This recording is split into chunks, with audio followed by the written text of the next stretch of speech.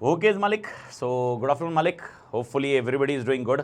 और आशा करता हूँ कि आप तोड़ कर रहे होंगे मालिक। ओके और आपके लाइफ में जो भी चीज़ें चल रही होगी तोड़ चल रही होगी मालिक।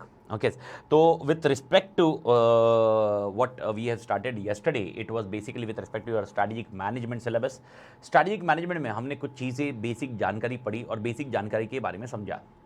अब वही कॉन्सेप्ट ओके थोड़ा सा डिटेल्ड में कर लेते हैं। डिटेल में मतलब थोड़ी सी चीज़ें मेरे को समझाने दो।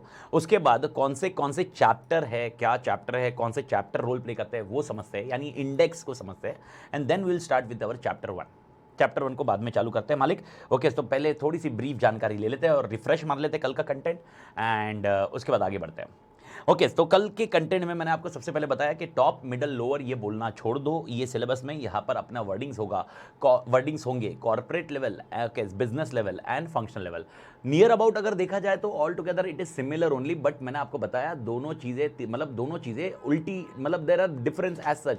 मतलब यूजुअली अपन कॉन्सेप्चुअली या कंटेक्चुअली देखें तो दोनों चीज़ें सेम लगती है, लेकिन टेक्निकली जब बात करें तो ये दोनों चीज़ें अलग है, which I made you clear yesterday. Okay after that we have discuss, okay most important element I discuss with you कि अपन लोग प्रोसेस बनाते हैं। प्रोसेस को क्या बोलते हैं, जो ईआईएस में पढ़ लिया अपन एक्टिविटीज, लेकिन वो प्रोसेस जो ईआईएस में आपने पढ़ा उस प्रोसेस को बनाने के लिए हमें पॉलिसी चाहिए। बिना पॉलिसी के प्रोसेस नहीं बनेगा। और शायद आपने ये टर्मिनोलॉजी सुनी होगी मालिक, policies and procedures. Every organisation will have policies and procedures. I do think आपने सुना होगा ये वर्डिंग। ओके आपने कहीं ना कोई सिलेबस में, ओके कहीं ना कहीं कोई तो सब्जेक्ट के अंदर आपने पढ़ा होगा। हर ऑर्गेनाइजेशन की अपनी पॉलिसीज होती है और प्रोसीजर्स होते हैं। तो बिना पॉलिसी के प्रोसीजर नहीं होते मालिक। तो इसीलिए आपको पहले पॉलिसी समझना जरूरी था।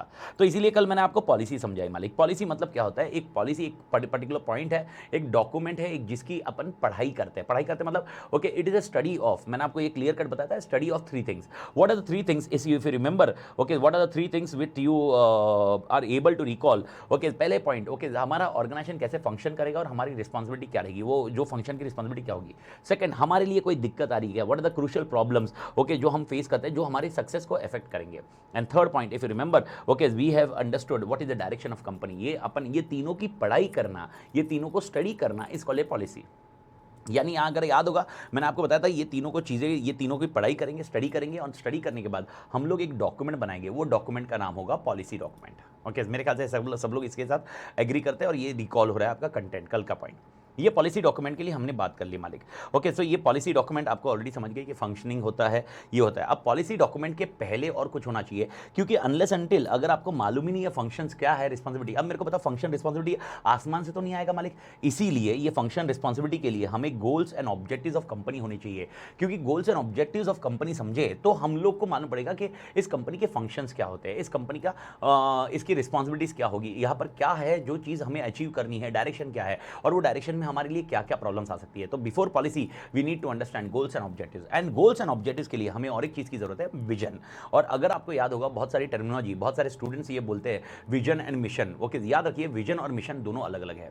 विजन मतलब आफ्टर 10 ईयर्स मुझे कहाँ पहुंचना है, और मिशन एग्जैक्टली मैं अभी किधर हूँ, अभी क्या कर रहा हूँ ताकि मैं वहां पर पहुंच सकूँ।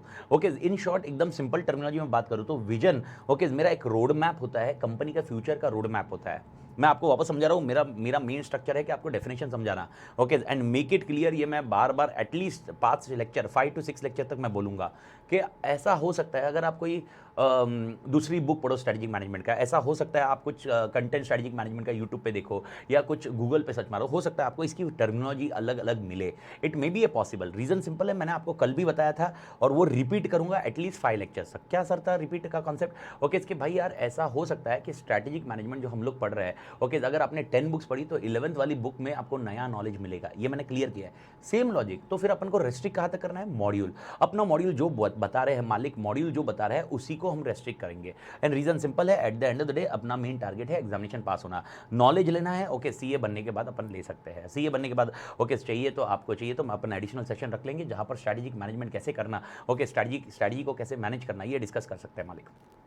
हाँ, तो मेरे ख्याल से आई डू थिंक यहाँ तक की कहानी क्लियर है। तो सबसे पहले एक थोड़ा सा विजन और मिशन के डेफिनेशन को देख लेते हैं। तो यानी यही शीट को मैं थोड़ा सा एलॉबरेट कर रहा हूँ। अभी अभी पहले अपन डेफिनेशन के ऊपर बात कर रहे हैं। ओके, तो सबसे पहले बात करें सर विजन क्या होता है। Okay, and I am discussing about strategic vision strategic vision. ये विजन एज सच कोई बेसिक विजन नहीं है। विजन मतलब एक पर्टिकुलर कंपनी या पर्टिकुलर पर्सन अगर कुछ कंपनी के बारे में सोचता है तो वो क्या सोच रहा है, that is called a concept of vision. तो फॉर्मली विजन को कैसे याद रखोगे, फॉर्मली विजन के बारे में क्या देखोगे, ये देखो। विजन मतलब क्या होगा, विजन मतलब रोड मैप है मालिक, रोड मैप है। ओके, विजन मतलब क्या होगा मालिक, रोड मैप है। ओके, विजन मतलब रोड मैप है। सर रोड मैप किसका है ये रोड मैप है कंपनी फ्यूचर का, कंपनी के फ्यूचर का। ये रोड मैप किसका है बेटा, कंपनी के फ्यूचर का। ओके, तो पहले पॉइंट ये समझ लीजिए, vision is a road map. Related map एक मैप है। ओके, यानी आपको एक डेस्टिनेशन से दूसरे डेस्टिनेशन पहुंचना है। अगर मैं यहाँ से गूगल पे डालता हूँ कि भाई I need to reach from Mumbai to Hyderabad, Mumbai to Pune, और मुंबई टू इंदौर, और मुंबई टू राजस्थान, या मुंबई टू दिल्ली। ओके, वो जो रोड मैप आएगा वो एक पर्टिकुलर कॉन्सेप्ट उस कंपनी के लिए, वो रोड मैप एक विजन है। रोड मैप, ओके, कहां से कहां तक जाना है, that is called road map. Related map का कॉन्सेप्ट है about companies future, companies future, company के फ्यूचर का रोड मैप है। ओके, ये कंपनी के फ्यूचर मतलब it related about what sir, future मतलब किस रिलेटेड है मालिक। ओके, किस रिलेटेड है मालिक, ये फ्यूचर किस रिलेटेड है। ओके, प्रोवाइडिंग, ये कंपनी का फ्यूचर, ये रोड मैप क्या देगा, क्या हमें रास्ता देगा, क्या हमें क्या बताएगा, वो एक स्पेसिफिक चीजें बताएगा। Okay, providing specifics about, providing specifics about, providing specifics about, providing specifics about किसके किसके बारे में स्पेसिफिक चीजें बताएगा। यानी ये रोड मैप किसके किसके बारे में बताएगा। हमारी फ्यूचर में टेक्नोलॉजी क्या होगी, हमारी फ्यूचर में टेक्नोलॉजी क्या होगी, हमारे फ्यूचर में कस्टमर फोकस कौन से होंगे, हमारे फ्यूचर में ओके प्रोडक्ट मार्केट कौन सा होगा। ओके, आराम से, हाँ आराम से, घाई मत करिए। Okay, again we are going on a discussion of content. आप कंटेंट पे हो तो घाई मत करना मालिक। मालिक, ओके, तो पहला पॉइंट, विजन मतलब क्या है, विजन मतलब एक रोड मैप है जो कंपनी के फ्यूचर के बारे में होगा, which is providing specifics about, specific about क्या, टेक्नोलॉजी क्या यूज कर रहे हैं, कस्टमर कौन से है, प्रोडक्ट मार्केट कौन सा होना चाहिए। इसके अलावा ओके कैपेबिलिटी क्या होनी चाहिए कंपनी की, कैपेबिलिटी क्या होनी चाहिए कंपनी की कैपेबिलिटी क्या होनी चाहिए। और कैपेबिलिटी के साथ मोस्ट इंपॉर्टेंट एलिमेंट है ओके ये कंपनी किस तरह की होनी चाहिए, काइंड ऑफ कंपनी। पहले इस डेफिनेशन को अच्छे से याद रख लो, उसके बाद अपन आगे बढ़ते हैं। ओके, तो यानी इन शॉर्ट, ओके मैं वापस बोल रहा हूँ, ये सारी चीज़ें अपने को बेसिक्स है जिसकी वजह से आगे बढ़ सकते हैं और जिसकी वजह से मैं आपको चैप्टर के लिंक करवा सकता हूँ। अनलेस अंटिल यहाँ पर क्लैरिटी नहीं आई तो चैप्टर के लिंकेज करवाना है, चैप्टर के इसमें प्लस माइनस करवाना थोड़ी सी दिक्कत हो सकती है मालिक। तो सबकी आत्मा मेरे पास, ओके सबके souls, everybody souls should be with me. Okay, यहाँ पर क्या लॉजिक डिस्कस किया जा रहा है। ओके, सबकी आत्मा इधर। ओके, क्या डिस्कस किया जा रहा है मालिक, ध्यान दीजिए। ओके, विजन क्या है, विजन एक रोड मैप है जो कंपनी के फ्यूचर के बारे में रहेगा। ठीक है, यानी इन शॉर्ट फ्यूचर में क्या सर, फ्यूचर में क्या, फ्यूचर में मैं कौन सी टेक्नोलॉजी यूज़ करूंगा, मेरे फ्यूचर में कस्टमर कौन से होने चाहिए, मेरा फ्यूचर में प्रोडक्ट मार्केट कौन सा होना चाहिए एंड प्रोडक्ट कहाँ पर रहेगा। इसके साथ मेरे फ्यूचर में कैपेबिलिटी क्या होनी चाहिए, मतलब मैं क्या क्या डिलीवर करने वाला हूँ। और लास्ट में मेरे को किस काइंड ऑफ कंपनी बनना है, that is called vision. Okay, vision का स्पेसिफिक डेफिनेशन। सर इसको कोई एग्जाम्पल केस में बता सकते हो। ओके, मैंने आपको कल एक एग्जाम्पल बताया था। ओके, एग्जाम्पल एक बैंक हूँ। Okay, I am a bank. Okay, मैं क्या बोल रहा हूँ, नेक्स्ट 10 ईयर्स में अपनी बैंक, ओके अपनी बैंक, प्राइवेट बैंक है, अपनी बैंक टॉप 3 में आनी चाहिए। This is called vision. अपनी बैंक टॉप 3 में आनी चाहिए।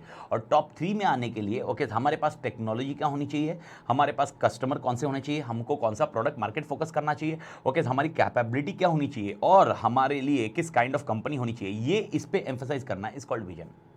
Okay, this is called a vision. तो पहला पॉइंट ये विजन समझो। ठीक है सर, ये विजन से क्या बनेगा सर, ये विजन तो हमने समझ लिया, ठीक है भाई कंपनी का फ्यूचर है, सब कुछ है, ये समझ लिया। सर इससे क्या मिशन बनाना है, मिशन बाद में देखना मालिक, मिशन के ऊपर अभी घाई मत करो, हावड़े जैसे मिशन पे मत उतरो। ओके, पहले आप स्टेप बाय स्टेप जाओ, मेरे को आप सोच समझ के बताइए। ओके, क्या डायरेक्टली मिशन बनेगा या सबसे पहले विजन के बाद और कुछ बनाओगे और वो कंबाइंड मिशन होगा मालिक। तो कंबाइन कॉन्सेप्ट को देखना। तो सबसे पहले ओके आपने क्या बना दिया मालिक, एक रोड मैप बना दिया, लेकिन रोड पे चलना तो पड़ेगा। चलने के लिए आपके पास गाड़ी होनी चाहिए, गाड़ी के साथ रिसोर्सेस होने चाहिए, ओके मल्टीपल एलिमेंट होनी चाहिए। ओके, वो कॉन्सेप्ट को हम लोग मिशन बोलेंगे। लेकिन पहला पॉइंट है ओके उसको स्पेसिफिक टर्म करते हैं। और यहां पर हम लोग ओके आफ्टर विजन हम लोग क्या देंगे, आफ्टर विजन मेरे को बताओ कंपनी के लिए आप क्या दोगे। आफ्टर विजन कंपनी के लिए क्या बनाओगे? आफ्टर विजन कंपनी के लिए आप बनाओगे गोल्स एंड ऑब्जेक्टिव्स। अब सर गोल्स एंड ऑब्जेक्टिव्स क्या है? ओके तो मैंने आपको दोनों चीज कल क्लियर की थी। ओके सबकी आत्मा स्क्रीन पे। ओके गोल्स एंड ऑब्जेक्टिव्स क्या है? तो सबसे पहले बात करते हैं गोल्स। अब मेरे को आप सोच समझ के बताइए कौन सा ओपन एंडेड स्टेटमेंट है और कौन सा क्लोज एंडेड स्टेटमेंट है। व्हेन ऐसे ओपन एंडेड और क्लोज एंडेड मतलब क्या? कौन से इसमें एट्रीब्यूट्स डिफाइंड नहीं है, मतलब ठीक है भाई हमें ये करना है, और कौन से इसमें ओके क्लोज एंडेड होगा मतलब एट्रीब्यूट्स डिफाइंड होंगे। ओके इसको समझ में आ रहा है मेरा क्वेश्चन? कौन सा गोल्स हो या ऑब्जेक्टिव्स, दोनों में से कौन से ओपन एंडेड होंगे? ओपन एंडेड मतलब एट्रीब्यूट्स डिफाइंड नहीं है। ओके चलते जाएंगे। ओपन एंडेड मतलब जो भी एट्रीब्यूट्स है ओके वो फ्यूचर के लिए है, देखेंगे। ओके तो वो रहेगा गोल्स। इसलिए याद रखना ये ओपन एंडेड एट्रीब्यूट्स होते हैं। ओपन एंडेड एट्रीब्यूट्स होते हैं। ओपन एंडेड एट्रीब्यूट्स होते हैं। ओपन एंडेड एट्रीब्यूट्स होते हैं ओके जो फ्यूचर स्टेट को डिफाइन करते हैं। ओपन एंडेड एट्रीब्यूट्स होते हैं जो फ्यूचर स्टेट को डिफाइन करते हैं। जो फ्यूचर स्टेट को डिफाइन करते हैं। फ्यूचर स्टेट को डिफाइन करते हैं। ओपन एंडेड एट्रीब्यूट्स होते हैं जो फ्यूचर स्टेट को डिफाइन करते हैं। ठीक है मालिक, तो ऑब्जेक्टिव्स क्या होंगे? ऑब्जेक्टिव्स आपका होगा close ended attributes. Close ended attributes, close ended attributes होंगे। ओके तो फिर सर इसका मतलब क्या रहेगा? ये फ्यूचर को डिफाइन नहीं करेगा। गोल्स और ऑब्जेक्टिव फ्यूचर को डिफाइन नहीं करेगा, डिफाइन करेगा, लेकिन ऑब्जेक्टिव्स कितना भी कर लो ये प्रिसाइज होंगे और स्पेसिफिक होंगे। प्रिसाइज होंगे और स्पेसिफिक होंगे। प्रिसाइज होंगे और स्पेसिफिक होंगे। प्रिसाइज होंगे और स्पेसिफिक होंगे। ओके तो गोल्स ओके सबसे पहले अपन ने क्या डिफाइन किया? ओके वापस आ जाओ, आज का सीक्वेंस क्या है? आज का सीक्वेंस क्या है मेरे को बताइए मालिक। आज का सीक्वेंस सबसे पहले हमने क्या पढ़ा? विजन। विजन मतलब क्या? Road map. रोड मैप रिलेटेड टू व्हाट? मेरे प्रोडक्ट कौन से होने चाहिए, मेरा टेक्नोलॉजी क्या होना चाहिए, मेरे कस्टमर कौन होने चाहिए, मेरा प्रोडक्ट। डेफिनेशन अच्छे से याद रखो, definition matters a lot. Definition matters a lot. मैं वापस बोल रहा हूँ, डेफिनेशन मैटर्स ए लॉट। तो भाई मेरा पहला पॉइंट क्या होगा? ओके मेरा रोड मैप क्या होगा, किस रिलेटेड होगा? ओके टेक्नोलॉजी क्या प्रोवाइड करनी है। ओके दूसरा कस्टमर कौन से प्रोडक्ट, मार्केट क्या है, कैपेबिलिटी क्या है, और काइंड ऑफ कंपनी क्या है, ये अपन देखेंगे। ठीक है सर, इसके बाद क्या बनाएंगे मालिक? रोड मैप के बाद क्या बनाएंगे? हम गोल्स बनाएंगे। गोल्स क्या होंगे? Open ended attributes. कोई ना कोई एट्रीब्यूट्स मतलब जिससे हम वो उस विजन को अचीव कर सके, उसके लिए एट्रीब्यूट्स। एग्जाम्पल हमने बोला भाई हमारी टेक्नोलॉजी ऐसी होनी चाहिए कि घर पे पर्सन बैठा हुआ रहेगा और वो कहीं से भी कुछ कहीं से भी। हमारा विजन ऐसा था कि भाई आदमी को घर पे बैठ के, अगर ऑनलाइन के ज़माने की बात करें तो हमारा एक विजन ऐसा है कि भाई person should sit at home and he can do anything at home. मतलब उसको जो चीज़ ऑर्डर करनी है सब घर पे बैठ के आ जाए। तो विजन क्या था कि हमारे पास एक ऐसी टेक्नोलॉजी चाहिए, हमारे पास ऐसी टेक्नोलॉजी चाहिए जो बॉस एकदम तोड़ हो जाए। ओके तोड़ हो जाए मतलब घर पे बैठ के ऑर्डर करें, घर पे बैठ के ऑर्डर हो जाए, ऑर्डर होने के बाद उसके पास डिलीवरी ये हो जाए। अब मैं और एक विजन की बात करता हूँ। विजन के इसमें हमने ये भी बोला कि हमको इंश्योर करना है। विजन तो मेरे को यही था कि भाई पर्सन घर पे बैठ जाए और उसको एज सून एज पॉसिबल काम हो। अब मेरे को बताओ क्या टेक्नोलॉजी ऐसी अवेलेबल है जिसमें अगर किसी ने ऑर्डर किया और वो फ्रैक्शन ऑफ मिनट्स में उसके पास डिलीवरी हो सकती है? क्या ये हम कुछ इसके लिए कुछ कर सकते हैं? फ्रैक्शन ऑफ मिनट्स में डिलीवरी हो सकती है? Answer is yes. सर क्या ओके अगर आपको मालूम होगा डिलीवरी आज के डेट में कुछ यूएस की कंट्रीज, यूएस की कुछ सिटीज़ है जहाँ पर डिलीवरी किससे हो रही है? आपको आइडिया है? कुछ यूएस की सिटीज़ है और कुछ कंट्रीज़ है जहाँ पर deliveries are permitted through, deliveries में ह्यूमन इन्वॉल्व नहीं है। डिलीवरीज में कैसे डिलीवरीज कैसे की जाती है? कुछ आइडिया है? जिसमें डिलीवरी ओके घर पे बैठ के हो रही है लेकिन डिलीवरी भी ह्यूमन लेस हो रही है, दैट इज ड्रोन के थ्रू। ओके ये कोविड के इसमें तो ड्रोन के थ्रू डिलीवरी चालू कर दी। इसका मतलब, और आई डोंट नो मतलब मैं उस कंपनी के, मैं एक्चुअली वो दिमाग से ब्लैंक हो गया हूँ मैं, वो अभी कंपनी रिकॉल नहीं हो रही है। ओके एक अब्बी का एक ऑल टुगेदर अब्बी का ट्वीट था। मैं वैसे ट्विटर पे नहीं हूँ, आई एम ऑन इंस्टाग्राम, क्योंकि कितना स्ट्रेस लेंगे अपन। ओके लाइफ में भी स्ट्रेस लेने के लिए क्या है भाई, कितना भी किया तो क्या है। Okay I don't know. Okay मेरे ख्याल से आप एक चीज़ समझिए, एक ट्विटर पे एक ट्वीट किया था कि एक लेडी ने एक मेरे ख्याल से जोमेटो है या स्विगी के लिए, मतलब किसी के लिए तो था, डिलीवरी ग्रॉसरी डिलीवरी के लिए ओके ट्वीट किया था। Okay I don't know exactly वो कंपनी का नाम I am missing out. Okay grocery उसको रीच हुई, उसने बोला थैंक्स ए लॉट। ओके मेरे को grocery next half an hour में आ गया। Okay next half an hour में या 45 मिनट्स में कुछ ग्रॉसरी मिल गई। ओके तो जो उनके चेयरमैन या जो उनके हेड थे उन्होंने वापस रीट्वीट किया, वो बोला thanks a lot madam for appreciating, लेकिन अभी भी हम लोग 15 मिनट्स लेट है। ओके हम इंश्योर करेंगे कि नेक्स्ट टाइम ये सारी चीज़ें हाफ एन आवर या 15 मिनट्स ऐसे ही कुछ पहुंच जाए। तो आप इमेजिन करो what is a target with scenario. Grofers case में है मेरे ख्याल से। ग्रुफर्स केस में, ओके, जो उन्होंने डिलीवरी करवाई और वो उतने मिनट में, आप इमेजिन करो, मतलब आप इमेजिन करो आज के डेट में हम लोग क्या जा रहे हैं, यही चीज़ डिफाइन की जा रही है गोल्स एंड ऑब्जेक्टिव में। ये विजन नहीं आएगा, vision is nothing to do, okay, हाँ, बट ये कॉन्सेप्ट टेक्नोलॉजी यूज़ करनी है हमें, हमें टेक्नोलॉजी का कॉन्सेप्ट क्या यूज़ करना है, ये सारी डिफाइन की जा रही है। तो याद रखिए, विजन मतलब फ्यूचर में हम क्या यूज़ करने वाले हैं, उसको डिफाइन करने के लिए, फ्यूचर को डिफाइन करने के लिए गोल्स डिफाइन करते हैं। लेकिन गोल्स एक ओपन एंडेड स्टेटमेंट होते हैं, उसको हम ऑब्जेक्टिव्स में डालते हैं। गोल्स होते हैं ओपन एंडेड स्टेटमेंट और उसको ऑब्जेक्टिव्स में डालते हैं। ओके, तो गोल्स और ऑब्जेक्टिव्स के लिए डेफिनेशन क्या होगा? गोल्स आपका डेफिनेशन होगा, it is an open ended statement, okay, जो फ्यूचर को डिफाइन करेंगे, फ्यूचर को, यानी जो आपने विजन रखा है ना उसी को डिफाइन करना है, लेकिन गोल्स के फॉर्म में डिफाइन करना है। ओके सर, इसका एग्जाम्पल आप दीजिए। ओके, विजन में हम ये बोलेंगे कि भाई हम टेक्नोलॉजी बेस्ड सर्विस देना चाहते हैं। अब विजन ये मेरा है कि मैं प्योरली टेक्नोलॉजी बेस्ड सर्विस देना चाहता हूँ, ह्यूमन कांटेक्ट पूरी तरह खत्म होना चाहिए, ये मेरा विजन होगा। गोल्स में हम लोग ये करेंगे कि हम जब सप्लायर से रॉ मटेरियल परचेज करेंगे, ओके, जो हमारे लिए ह्यूमन लेस एफर्ट्स होने चाहिए, बहुत multiple elements like this, okay, ये हम डिलीवरी करें। तो गोल्स में हम कहीं ना कहीं टेक्नोलॉजी के रिलेटेड, ओके, डिफाइन कर सकते हैं कि इतना पॉइंट इतने इतने टाइम में ये टेक्नोलॉजी है, लेकिन हम लोग स्पेसिफिक वे से नहीं जा सकते। उसको स्पेसिफिक करना कि ये टेक्नोलॉजी कितने टाइम में आनी चाहिए, ये टेक्नोलॉजी कितने टाइम में यूज करनी चाहिए हम लोग ने, ये टेक्नोलॉजी कंप्लायंसेस कितने टाइम में खत्म होंगे, ओके, ये टेक्नोलॉजी के लिए लॉज एंड परमिशन जो लगेगी, लॉज एंड रेगुलेशन, वो कितने टाइम होना चाहिए, ये सब ऑब्जेक्टिव्स डिफाइन करेगा मालिक। तो विजन हो गया, ओके, गोल्स हो गया। गोल्स एक थोड़ा सा लॉन्ग टर्म विजन देखिए, लॉन्ग टर्म विजन के साथ ही अलाइन करिए, लेकिन उसमें कोई परमिशन कॉम्बिनेशन नहीं है, मतलब उसमें कोई अमाउंट कुछ नहीं डिफाइन होगा, और उसको डिफाइन कर दिया, ओके, वो ऑब्जेक्टिव्स ने कर दिया। और ऑब्जेक्टिव्स के बाद हम लोग अपनी क्या बनाते हैं, पॉलिसीज बनाते हैं। हमारी क्या बनती है, पॉलिसीज, और पॉलिसीज के बाद क्या बनते हैं, प्रोसेस। तो चार चीजें आपने ध्यान रख ली, और पांचवा पॉइंट आपने ईआईएस में पढ़ लिया। तो चार चीजें क्या पढ़ी आपने, ओ हो मां कसम, ओके, चार चीजें क्या पढ़ी, सबसे पहले विजन पढ़ा, सेकंड पॉइंट आपने क्या पढ़ा, ओके, गोल्स, थर्ड पॉइंट क्या पढ़ा, ऑब्जेक्टिव्स, फोर्थ पॉइंट क्या पढ़ा, पॉलिसी, और पांचवा पॉइंट क्या पढ़ा, प्रोसेस। ओके, और ये वाला पोर्शन, आपने प्रोसेस वाला जो पोर्शन है, ये प्रोसेस वाला पोर्शन, प्रोसेस कैसे होने चाहिए, कितने हद तक होने चाहिए, एक्टिविटीज क्या क्या होनी चाहिए, उसमें हम टेक्नोलॉजी यूज करेंगे नहीं, हम सिस्टम्स यूज करेंगे नहीं, सिस्टम पे कंट्रोल्स क्या चाहिए, ये इस एरिया का मैं बात कर रहा हूं, इस एरिया का, ये अपन ने ईआईएस में कर दिया है, ये हमारा काम ईआईएस में खत्म हो चुका है। ये पोर्शन हम लोग, ओके, ये स्ट्रेटेजिक मैनेजमेंट में कर रहे हैं।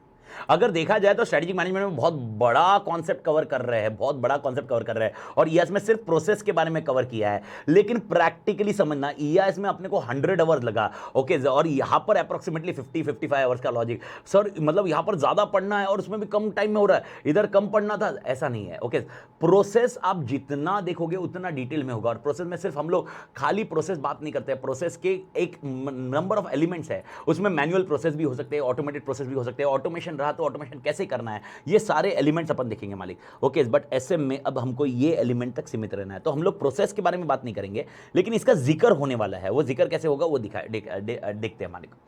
तो मेरे ख्याल से ओके, और मिशन मैंने आपको बता दिया, मिशन मतलब क्या होगा सर, फिर अगर ये आपने ये सारी चीजें बता दी तो मिशन क्या, मिशन मतलब अभी कहां पर है हम लोग, अभी कहां पर है, हमारी टेक्नोलॉजी क्या है, हमारे कस्टमर कौन है, हमारे प्रोडक्ट क्या है। यही वर्डिंग आप ले लो ना, यही वर्डिंग ले लो, हमारी एग्जिस्टिंग कैपेबिलिटी क्या है, हमारी एग्जिस्टिंग कैपेबिलिटी क्या है, उसको हम डिलीवर कर रहे हैं, हमारे एग्जिस्टिंग कस्टमर कौन है उसको डिलीवर कर रहे हैं, हमारे एग्जिस्टिंग टारगेट्स क्या है उसको डिलीवर कर रहे हैं। ये हमारा मिशन है, ये हमारा मिशन है। भारत माता की जय, समझ में आ रहा है मालिक, ये हमारे मिशन है। तो मिशन का कॉन्सेप्ट यहां पर ये है कि इन शॉर्ट ओके, हमारे उसके लिए प्रोसीजर्स क्या होंगे, पॉलिसीज क्या होंगे, डे टू डे एक्टिविटीज क्या होगी, हम उसके अचीव कैसे कर रहे हैं, डे टू डे करंटली जो हम काम कर रहे हैं उसको हम लोग बोलते हैं मिशन। मिशन का कॉन्सेप्ट, एग्जांपल मैं अभी एसएम की बैच ले रहा हूँ, उसके बाद ये बैच ले रहा हूँ, उसके बाद ये बैच ले रहा हूँ, ये मैं एक मिशन पे निकला हूँ। ओके, मैं मिशन पे काम कर रहा हूँ। यूजुअली बहुत बार क्या होता है, एक स्टूडेंट करने भाई डिबेट करता है, भाई अरे सर सैनिक सोल्जर बोलता है ना मैं एक मिशन पे हूँ। ओके, वही मिशन, वही कंपनी का भी मिशन है, वो कंपनी एक मिशन पे है, लेकिन वो मिशन कुछ विजन के लिए होता है। तो विजन के लिए ओके डिफाइन किया जाता है स्ट्रक्चर। तो आपको मैंने इस डेफिनेशन वाइज तो सारी चीज़ें क्लियर करवा दी। अब ये डेफिनेशन जैसे भी है, जितना भी है, देखो अभी तो अपन ने कंटेंट स्टार्ट किया है। Okay, there is a first lecture, मतलब अगर देखा जाए तो कल का 1 घंटे का ही लेक्चर था, और अभी एक्चुअली लेक्चर मतलब अपडेट कर रहे हैं। तो अपन बस ब्रीफ मोटा मोटी कुछ वर्ड्स जाने चाहिए, कुछ डेफिनेशंस आपके दिमाग में बैठने चाहिए, और आपको थोड़ा बहुत लॉजिक, इंटरलिंकिंग लॉजिक आना चाहिए। और आपको ये ध्यान में होना चाहिए ईआईएस में अपन ने क्या पढ़ा, ओके उसको फिल्टर करो, एसएम में क्या पढ़ना है उसको फिल्टर करो, ये बहुत जरूरी है। और दोनों का लिंकेज ओके जो रहेंगे, जो चैप्टर्स में रहेंगे वो अपन डिस्कस करेंगे मालिक। ओके मालिक, तो पहला पार्ट ओके, पहले पार्ट पे अपन एक देख लेते हैं जहां पर हमने एसएम में क्या पढ़ना है या एसएम का सिलेबस क्या है मालिक। ओके, तो एसएम के सिलेबस को पहले अपन देख लेते हैं। Okay, you are already aware EIS is of 50 marks and SM is for 50 marks. Okay, SM is for 50 marks, EIS भी आपके 50 मार्क का पोर्शन था, ओके, SM भी आपका 50 मार्क का पोर्शन है, 50 मार्क्स का पोर्शन है। अगेन इवन इन SM आपको 30% आपको MCQ का आएगा, 30% मतलब 15 मार्क्स, 15 मार्क्स आपको MCQ में आएंगे, 35 मार्क्स आपकी थियरी होगी मालिक। ओके यानी इन शॉर्ट EIS और SM का पेपर जब देखोगे तो 70 मार्क्स का पेपर आपकी थियरी होगी और 30 मार्क्स का पेपर आपका MCQ होगा जो एप्लीकेशन बेस्ड होता है।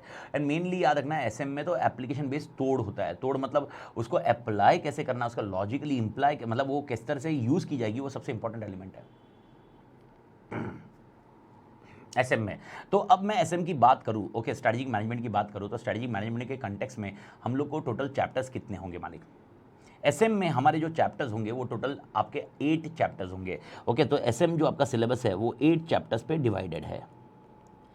SM का आपका जो चैप्टर है वो 8 चैप्टर्स पे डिवाइडेड है। 8 चैप्टर्स को आपको समझना है और वापस बोल रहा हूँ, ओके, आपको हर चैप्टर से कोई ना कोई क्वेश्चन मिलेगा एग्जामिनेशन में, हर चैप्टर से क्वेश्चन मिलेगा, ओके, हर चैप्टर से क्वेश्चन मिलेगा, आइदर MCQ में मिले, ओके, या आपको थियरी में मिले, ओके। लास्ट 2 अटेम्प्ट से अपने पास थियरी का डेटा है, MCQ का नहीं है, क्योंकि MCQ पब्लिक डोमेन पे आया नहीं है। कौन से MCQ क्वेश्चन आए कौन से नहीं आए ये पब्लिक डोमेन पे नहीं है। तो लास्ट 2 अटेम्प्ट से हम मतलब उसके पहले भी MCQ था पर एप्लीकेशन बेस्ड MCQ, ओके, क्योंकि एप्लीकेशन बेस्ड MCQ में बहुत बड़ा कन्फ्यूजन होता है वो कौन से चैप्टर का होता है, ओके, जैसे चैप्टर आएंगे। तो इसमें है ना, ओके, मैं आपको मतलब इवन कल एक स्टूडेंट का कल या परसों में एक आध 2 स्टूडेंट की क्वेरी भी वही आई थी, सर SM में कितना पढ़ना, कौन सा चैप्टर ज़्यादा एम्फसाइज करना या EIS में। तो मैं ये बता रहा हूँ कि right now please do understand, last 2 attempt से अपने इंस्टीट्यूट का ट्रेंड काफ़ी चेंज हुआ है, काफ़ी चेंज हुआ मतलब अपना इंस्टीट्यूट क्या पूछने वाला है, ओके, और क्या आ रहा है या किस वे से आ रहा है, यहाँ पर बहुत सारे चेंजेस है, बहुत सारे चेंजेस हैं मालिक। न्यू सिलेबस 2018 में पहली बार आया, मई 2018। तो मई 2018 से लेकर अभी तक अप्रॉक्सीमेटली 7 अटेम्प्ट्स और एक एक्स्ट्रा अटेम्प्ट वाला बीच में हुआ। तो 7 अटेम्प्ट्स के कॉन्सेप्ट अपन देखें, क्योंकि पिछले साल एक अटेम्प्ट नहीं हुआ और इस साल का अटेम्प्ट जुलाई में। तो ये अटेम्प्ट्स को देखते हैं मालिक, ये अटेम्प्ट्स को देखते हुए अपन एक ट्रेंड तैयार कर सकते हैं कि ये चैप्टर से पढ़ो, ये चैप्टर से मत पढ़ो। लेकिन मैं आपको बता दूं, मई 18, नवंबर 18, मई 19, नवंबर 19, ओके, यहाँ तक जो SM था और जैसे एग्जामिनेशन में क्वेश्चन पूछते थे, ज़मीन आसमान का फ़र्क था। मई 20 का पैटर्न चेंज हुआ, जहाँ पर अटेम्प्ट नहीं हुआ उसको शिफ्ट किया गया, ओके, यानी मई 20 का जो मतलब उसको RTP के थ्रू भी देखे तो अपने को समझ में आएगा कि किस तरह से क्वेश्चन आ रहे हैं। तो यहाँ पर अगर किसी ने भी फिल्टर करने की सोची मतलब किसी ने सोचा कि चलो इतना पढ़ के चले जाते हैं, इतने चैप्टर्स पढ़ के चले जाते हैं, ओके भाई, we are making our self vulnerable. आपके एग्जामिनेशन में क्वेश्चन आने की पूरी संभावना है एंड इट में end up, okay, you are writing a फेकोलॉजी।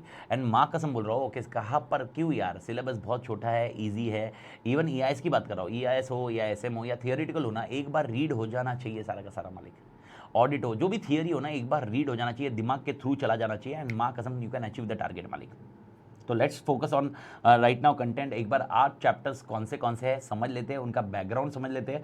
और यहाँ पर ऑल 8 चैप्टर्स आर तोड़ important, all 8 chapters, okay, marking scheme का डिस्कशन मत करो, बस मैं आपको ये बता रहा हूँ ऑल 8 चैप्टर्स आर तोड़ इंपॉर्टेंट, खत्म स्टोरी। हाँ, इसमें से कौन से चैप्टर में कुछ क्वेश्चंस है जो हम लोग थोड़ा रिस्क ले सकते हैं, नहीं ले सकते, वो मैं डिस्कस करूंगा ना मालिक। यूजुअली वो LDR के कंटेक्स्ट में जैसे मैं डिस्कस करता हूँ उसी तरह डिस्कस होएगा मालिक। कौन सा क्वेश्चन कितनी बार आया है उसके भी डिस्कशन अपन करेंगे मालिक, no worry. But to the extent make it sure, okay, you will not be living any syllabus, any point of syllabus मतलब अनटर्न्ड, मतलब कोई भी मतलब वो बोलते हैं ना, okay, I will not keep any stone unturned, okay, ताकि मैं अपने एफर्ट्स कुछ भी चीज़ों में एफर्ट्स कम ना करूँ, ओके, वही चीज़ आप ध्यान रखना मालिक। भारत माता की जय, अपने अंदर का जो एनर्जी सोर्स है उसको जगा लेना मालिक, बहुत तोड़ रिक्वायर्ड रहेगा आपको, ओके, आपको बहुत तोड़ नेक्स्ट लेवल पॉइंट कॉन्सेप्ट रहेगा। तो सबसे पहले बात करते हैं, ओके, SM के इसमें सबसे पहले बात करते हैं मालिक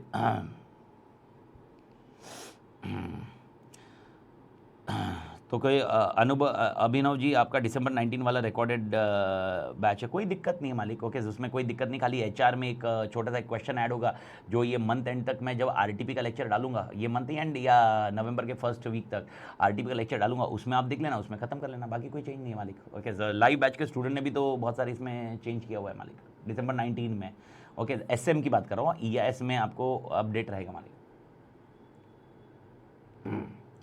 सबसे पहला चैप्टर अपना one of the easiest chapter है मालिक, बस सबसे छोटा चैप्टर है, यानी लिटरली बोल रहा हूँ, अभी थोड़ी देर बाद वो चैप्टर चालू करेंगे एंड लिटरली मतलब वो कल के लेक्चर में या उसके बाद 1 आध घंटा प्लस माइनस वो चैप्टर खत्म हो जाएगा, one of the smallest chapter, okay, of your syllabus is first chapter, and that is called Introduction to SM. Okay, introduction to strategic management, सबसे छोटा chapter, introduction to strategic management मालिक, introduction to strategic management. Sir ये chapter में पढ़ना क्या है? ये chapter में हम लोग पढ़ेंगे स्ट्रैटेजिक मैनेजमेंट होता क्या है। आपने अभी क्या पढ़ा? ओके, आपने विजन पढ़ा, विजन के बाद गोल्स पढ़ा, गोल्स के बाद ऑब्जेक्टिव्स पढ़ा, उसके बाद पॉलिसीज पढ़ी। ओके, एग्जैक्टली ये स्ट्रैटेजिक मैनेजमेंट होता क्या है चैप्टर 1 में हम लोग समझेंगे। तो चैप्टर 1 ब्रेकअप करेगा। ब्रेकअप क्या करेगा मालिक? चैप्टर 1 लाइफ में जैसे ब्रेकअप होते हैं वैसे ही चैप्टर 1 चीज़ों को ब्रेकअप करता है और आपको समझाता है। देखो, जब तक ब्रेकअप नहीं होता तब तक चीज़ें समझ में नहीं आती। ओके, आप याद रखना, ये जो मैं ब्रेकअप की बात कर रहा हूँ ये कहीं पर इमोशनली हर्ट होने वाला कॉन्सेप्ट मत करना, पर कंटेंट को ब्रेकअप करना जरूरी है, तब जाके वो चीज़ें समझ में आती है। तो चैप्टर 1 में आपको स्ट्रैटेजिक मैनेजमेंट में आपको सबसे पहले मैनेजमेंट क्या होता है वो डिफाइन किया हुआ है, उसके बाद स्ट्रैटेजी क्या होती है वो डिफाइन किया हुआ है, उसके बाद स्ट्रैटेजिक मैनेजमेंट क्या होता है ये डिफाइन किया हुआ है। तो चैप्टर 1 में हम लोग पहले मैनेजमेंट के बारे में समझेंगे, ओके, सेकंड फिर स्ट्रैटेजीज के बारे में समझेंगे, फिर स्ट्रैटेजिक मैनेजमेंट को मर्ज करेंगे और देखेंगे, फिर अपने को समझेगा ओ ओके कंबाइन हुआ तो सिनर्जी बेनिफिट आया। लेकिन सिनर्जी बेनिफिट कब समझेगा? जब इंडिविजुअली चीज़ें समझेगी मालिक। भारत माता की जय। आई डू थिंक समझ में आ रहा है। तो सर इसके अंदर क्या क्या पढ़ना है मालिक? भारत माता की जय। ओके, ये कॉन्सेप्ट आपको ध्यान में रखना होगा। तो मेरे को बताइए, आप एटलीस्ट अभी दिमागी तौर पे चार्ट्स बनाना चालू करो, आप दिमागी तौर पे चार्ट्स बनाना चालू करो। एंड जो मेरे EIS कर चुके दे आर ऑलरेडी अवेयर मेरा पढ़ाने का टेक्निक क्या है। जो नहीं कर चुके हैं तो भाई मतलब फिर तो मतलब ये पढ़ाने की टेक्निक है, चार्ट्स तैयार करना है। तो मेरे को बताओ, ये चार्ट में सबसे पहला अपन क्या पढ़ेंगे? सबसे पहले चार्ट्स आपके दिमागी तौर पे चार्ट्स होने चाहिए। सर सबसे पहले में हम लोग क्या पढ़ेंगे? मैनेजमेंट पढ़ेंगे। पहला चार्ट मालूम है ना? चार्ट्स ये इसमें हम लोग बनाते हैं पूरा चार्ट्स। ओके, आत्माओं सब लोग से बात कर रहा हूं मैं। तो चार्ट्स, क्योंकि स्कोप के बिना क्या करोगे मालिक? ओके, तो सबसे पहले हम लोग मैनेजमेंट पढ़ेंगे। दूसरा पॉइंट हम लोग पढ़ेंगे स्ट्रैटेजी। ओके, पहला होगा मैनेजमेंट, दूसरा होगा स्ट्रैटेजी और तीसरा होगा स्ट्रैटेजिक मैनेजमेंट। ये 3 चीजें पढ़ेंगे, ये 3 चीजें आपके दिमाग में रेडी होगी। यानी चैप्टर 1 का चार्ट तो पहला स्टार्ट रेडी हो गया। ओके भाई यार, मैनेजमेंट होगा, स्ट्रैटेजी होगी, स्ट्रैटेजिक मैनेजमेंट होगा। भारत माता की जय, माँ कसम तोड़। ओके, ये खत्म सर, खत्म चैप्टर खत्म। अरे भाई स्ट्रैटेजिक मैनेजमेंट में और रहेगा ना रे। मैनेजमेंट स्ट्रैटेजी बहुत इजी है। स्ट्रैटेजिक मैनेजमेंट में ओके मेरे को बताइए, सोच समझ के बताइए। ओके, कितने लेवल्स ऑफ मैनेजमेंट है? Okay, from strategic management point of view कितने लेवल्स ऑफ मैनेजमेंट है जो स्ट्रैटेजी बनाते हैं, जो स्ट्रैटेजिक मैनेजमेंट यूज करते हैं? कितने लेवल्स ऑफ मैनेजमेंट है जो स्ट्रैटेजिक मैनेजमेंट यूज करेंगे? ओके, ये मैंने ऑलरेडी बता दिया कल। 3 लेवल ऑफ मैनेजमेंट है, नाम चेंज करोगे अभी बस, खाली कौन से corporate level, business level and functional level. तो यहाँ पर ओके चैप्टर 1 में जो स्ट्रैटेजिक मैनेजमेंट है उसके अंदर अपन एक स्ट्रैटेजिक मैनेजमेंट क्या है, उसके इंपॉर्टेंस क्या है, बेनिफिट्स क्या है, उसके ऑब्जेक्टिव्स क्या है, उसके लिमिटेशन क्या है, बेसिक क्वेश्चन भी पढ़ेंगे। ओके, यानी एक होगा ऑब्जेक्टिव ऑफ एसएम, ओके, एक होगा बेनिफिट्स ऑफ एसएम, एक होगा भाई एसएम के लिमिटेशंस भी होंगे, स्ट्रैटेजिक मैनेजमेंट के भी लिमिटेशंस होंगे। एग्जाम्पल, एक छोटा सा एग्जाम्पल समझो, स्ट्रैटेजिक मैनेजमेंट के लिमिटेशन क्या होंगे मालिक? ओके, मेरे को बताओ, अगर मैंने कोई स्ट्रैटेजी डिसाइड की तो प्रैक्टिकली सोच के बताओ, क्या मेरा कॉम्पिटिटर गोटियां खेलेगा? मेरा कॉम्पिटिटर वो कुछ करने वाला नहीं है। ओके, सबसे बड़ा लिमिटेशन तो यही है ना। अगर आप ये बोल रहे हो, मतलब कितनी बार ये मैं सोचता हूँ, ओके बहुत स्टूडेंट, इसीलिए मैं याद मतलब आप नोट करना, मैं कभी भी स्टूडेंट को बोलता हूँ ओके, मोटिवेशन एंड डिटर्मिनेशन दोनों चीजें डिफरेंट होती है मालिक। मोटिवेशन, दुनिया मोटिवेट होती है, डिटर्मिनेशन होना बहुत जरूरी है। अबे साला एक लेक्चर देखते, एक पॉइंट देखते, एक वीडियो देखते और अपने अंदर जोश आ जाता, माँ कसम अपन तो कांड करेंगे आज तो जिंदगी जिएंगे, आज देश के लिए ये करेंगे, आज अपने लिए वो करेंगे, आज वो करेंगे, और अगले दिन क्या, माँ कसम जिंदगी वापस वही हो जाती है।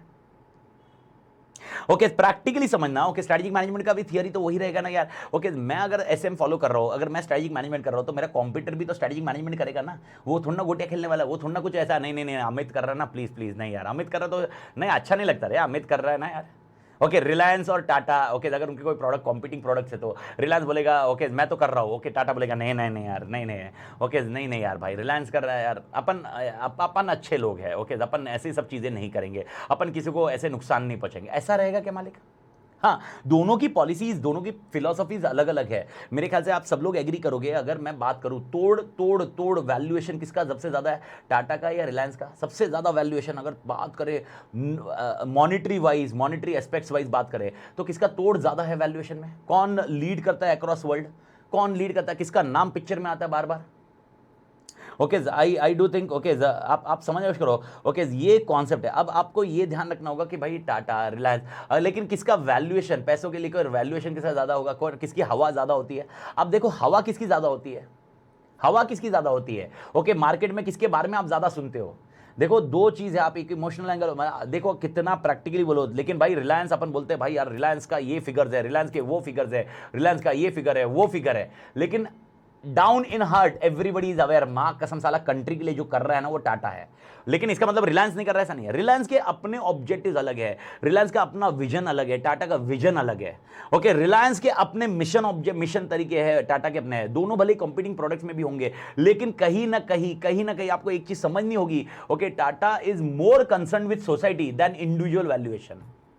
Tata is more considering about the society rather than individual valuation। ये पॉइंट आप एग्री करो या ना करो मेरे को नहीं मालूम, आपको मालूम है कि नहीं, बट टाटा जो सोसाइटी के लिए करता है, इसका मतलब रिलायंस नहीं करता ऐसा नहीं है। Reliance will be doing under the bounding of, probably under the bounding of company law और समथिंग लाइक दैट और एक्स्ट्राऑर्डिनरी, पर Tata out of the box जाके कुछ करेगा भाई, ये तो गारंटी है। ओके यानी बॉस इट वापस मैं बोल रहा हूं, okay please be understand, okay we are discussing. तो यही पॉइंट आपको इस चैप्टर में, मतलब ये चैप्टर आपको थोड़ा सा बेसिक ये देगा कि भाई लिमिटेशंस ये होगी। ओके तो टाटा मतलब इनके लिमिटेशंस ये होगी कि भाई ये भी स्ट्रेटजी मैनेजमेंट यूज करेगा, ये भी स्ट्रेटजी मैनेजमेंट यूज करेगा, तो आपस में कैसे करेंगे, तो ये चीजें चैप्टर 1 में पढ़ने मिलेगी। चैप्टर 1 में आपको जो कल समझाया मैंने, ओके वो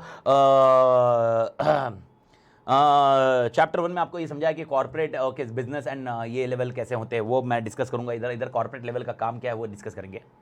एंड और एक छोटा सा पॉइंट, छोटा सा एग्जांपल, क्या sir strategic management is use only for profit oriented organization और non profit oriented organization also?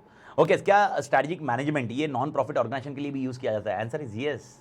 एनपीओज जो होते हैं वो भी नॉन प्रॉफिट ऑर्गेनाइजेशन के साथ में, मतलब वो लोग भी स्ट्रेटेजी यूज करते हैं मालिक, वो लोग भी स्ट्रेटेजिक मैनेजमेंट यूज करते हैं। आप दिमाग में मत रखिए कि भाई यार, तो भाई यार मां कसम साला स्ट्रेटेजिक मैनेजमेंट तो खाली प्रॉफिट ओरिएंटेड ऑर्गेनाइजेशन यूज करेंगे, ऐसा नहीं। नहीं भाई, प्रॉफिट ओरिएंटेड ऑर्गेनाइजेशन को तो यूज करना ही पड़ेगा, नहीं तो सर्वाइव नहीं करेंगे, लेकिन नॉन प्रॉफिट ऑर्गेनाइजेशन को भी करना पड़ेगा।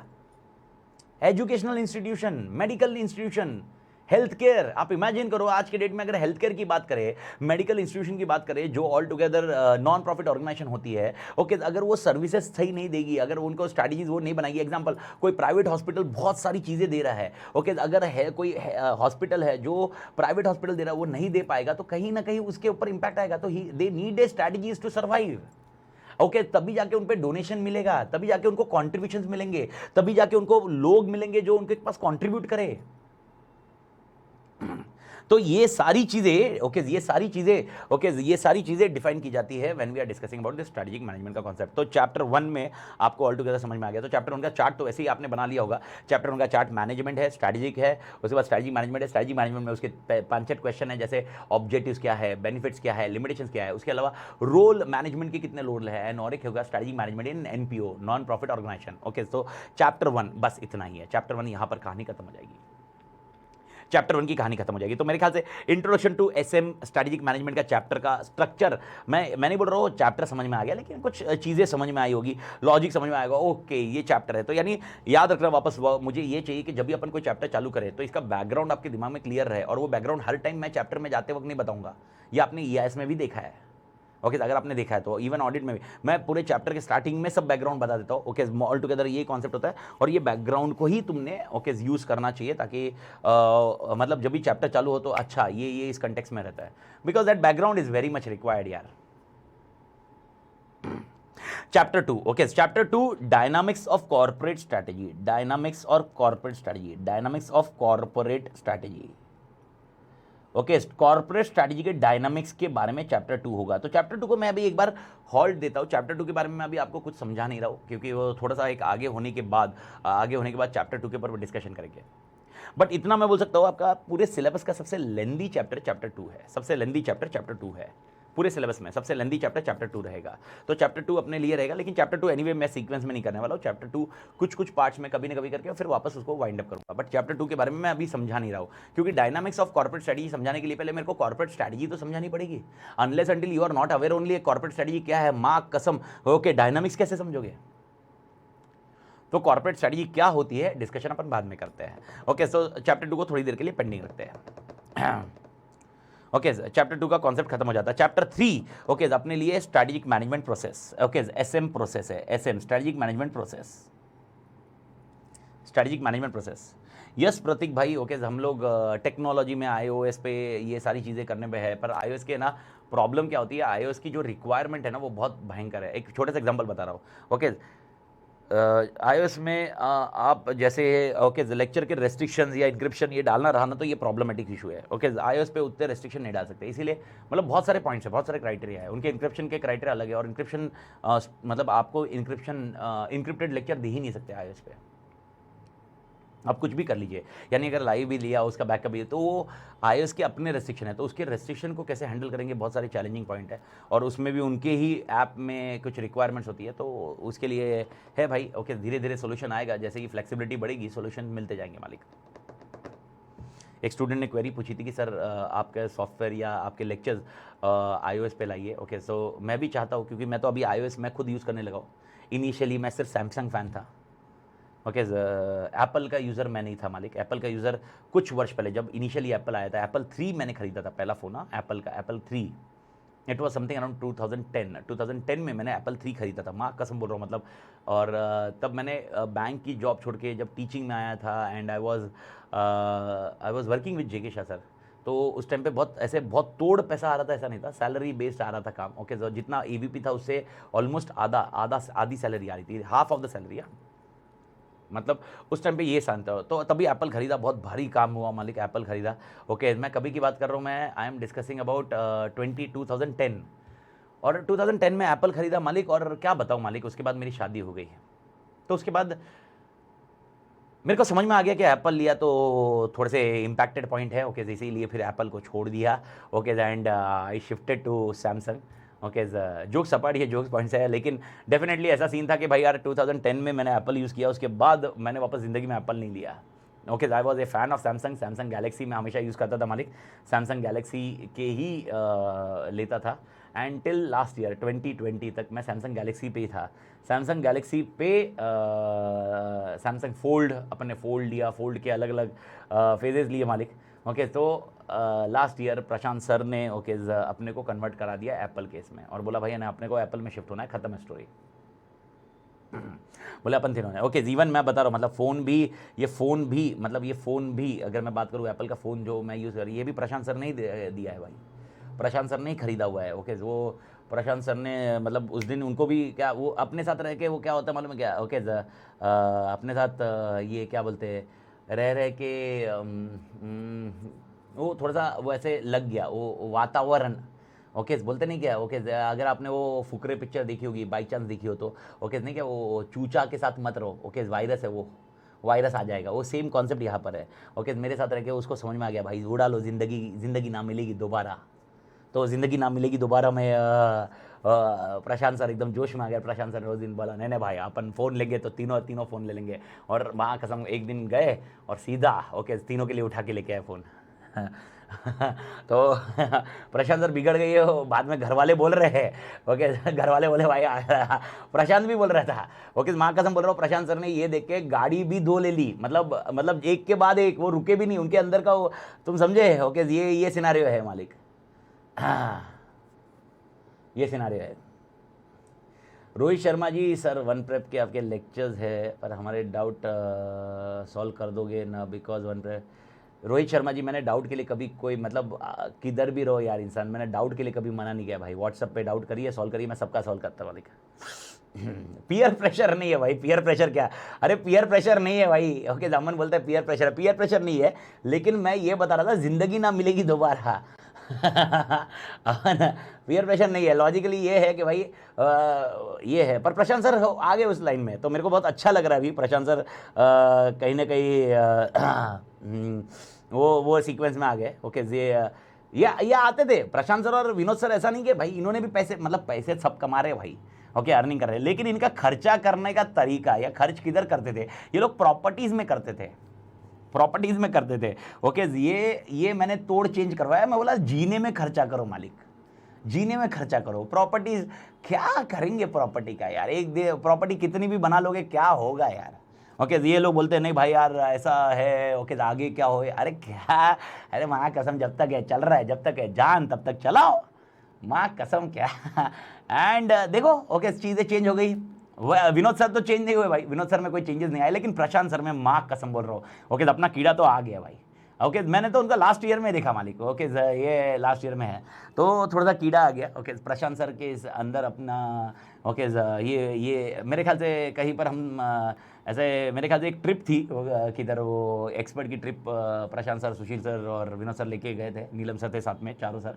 ओके तब हम सब साथ में ट्रिप गए थे तो मेरे ख्याल से ना मच्छर ने मेरे को काटा होगा और वही मच्छर ने प्रशांत सर को काट लिया होगा, ख़त्म। तो ओके एक मच्छर ने ओके वो मच्छर ने गेम कर दिया तो वो वायरस ने गेम कर दिया मालिक। तो प्रशांत सर है तो अभी एप्पल का फ़ोन जो है ना मालिक, ओके ये एप्पल का जो फ़ोन है ना, ओके जो प्रशांत सर की देन है। तो iOS के ऊपर आप जो बोल रहे हो ये सारे ऐप में ठीक है करेंगे, लेकिन अभी प्रायोरिटी टारगेट्स क्या है अपने। ओके देखो कैसा होता है, जो ही वही पॉइंट है, विजन। ओके विजन एक है और एक करंटली मिशन पॉलिसी प्रोसीजर है। अभी जैसे एग्जांपल हेल्थ इश्यूज़ होते हैं, ये चीज़ें पहले एक बार इसको नॉर्मल सी कर देते हैं अपनी लाइफ को। जैसे मैं वापस काम धंधे पे लग जाऊँ, काम धंधे में मतलब अपने यार अपने नॉर्मल सी में आ जाओ। ओके तो भाई भारत माता की जय, तो काम होएगा उसमें, समझा। हाँ तो भाई यार ये सीन है। तो नेवरदलेस ओके iOS के ऊपर अपन देखेंगे मालिक। चैप्टर 3 ओके चैप्टर 3 का क्या कहानी है मालिक। Chapter 3 is basically with SM process, strategic management process. Strategic management process का कॉन्सेप्ट क्या है मालिक। स्ट्रैटेजिक मैनेजमेंट का process is basically with respect to okay यहाँ पर अपन स्ट्रैटेजिक मैनेजमेंट में क्या क्या करते हैं उसके प्रोसेस को एलॉबरेटेड वे में पढ़ेंगे।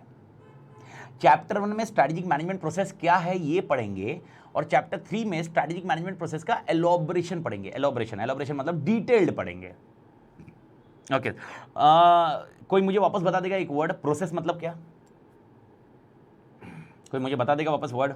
ओके एटी वायरस तोड़ वायरस से बाहर आओ भाई, वायरस हो गया खत्म, वायरस को बाद में देख लेना। कोई मुझे बताएगा प्रोसेस मतलब क्या? प्रोसेस मतलब क्या? स्ट्रैटेजिक मैनेजमेंट तो ठीक है, प्रोसेस मतलब क्या?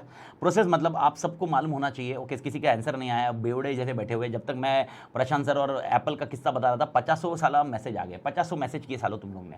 ओके सर साला जैसे क्वेरी पूछो माँ कसम मैसेज की ठुक जाती है तुम्हारी सालों। कैसे लोग हो बे? मतलब साला इधर आदमी जब किसी की लेता है ओके या किसी का तो मतलब माँ कसम दुनिया तोड़ जाती है। और इधर जब कोई क्वेरी पूछता है माँ कसम ऐसा गिने चुने लोग आ रहे। देखो गिने चुने लोग घुस रहे हैं उसके अंदर, गिने चुने लोग का पॉइंट आ रहा है मालिक। थोड़ा आंसर दो रे। ओके आंसर दो रे। Activities perfect.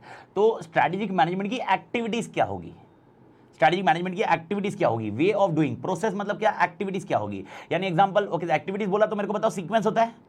Everybody agree? Activities मतलब सीक्वेंस होता है। तो पहला स्टेप क्या होगा, दूसरा स्टेप क्या होगा, तीसरा स्टेप क्या होगा, चौथा स्टेप क्या होगा, ये सब अपने को ओके चैप्टर 3 में मिलेगा। मैं वापस बोलो चैप्टर 1 में उसके बारे में समझ लेंगे, लेकिन चैप्टर 3 में वो एलॉबरेटेड वे में रहेगा मालिक। एलॉबरेटेड वे में रहेगा। भारत माता की जय, समझ में आ रहा मालिक। तो चैप्टर 3 ओके सर चैप्टर 1 और चैप्टर 3 तोड़ छोटे हैं और तोड़ ईजी है। चैप्टर 3 में ओके स्ट्रैटेजिक मैनेजमेंट प्रोसेस में ओके यानी विजन, मिशन, गोल्स, ऑब्जेक्टिव्स, ये सारी चीजें पढ़ने मिलेगी क्योंकि स्ट्रैटेजिक मैनेजमेंट प्रोसेस का किस्सा है वो। तो will discuss it out. Okay again a very easy chapter. Okay sir आप लिख के ले लीजिए, चैप्टर 1 हो या चैप्टर 3 हो, भले ही बहुत छोटे चैप्टर है, लेकिन एक क्वेश्चन आपको मिलेगी मालिक। एक क्वेश्चन मिलेगा ही मिलेगा मालिक। ओके मिलेगी बोल रहा हूँ माँ कसम, क्या हो गया अभी मेरी लैंग्वेज को। ओके एक क्वेश्चन तो मिलेगा ही मालिक। ओके एक क्वेश्चन आपको मिलना ही मिलना है मालिक। भारत माता की जय।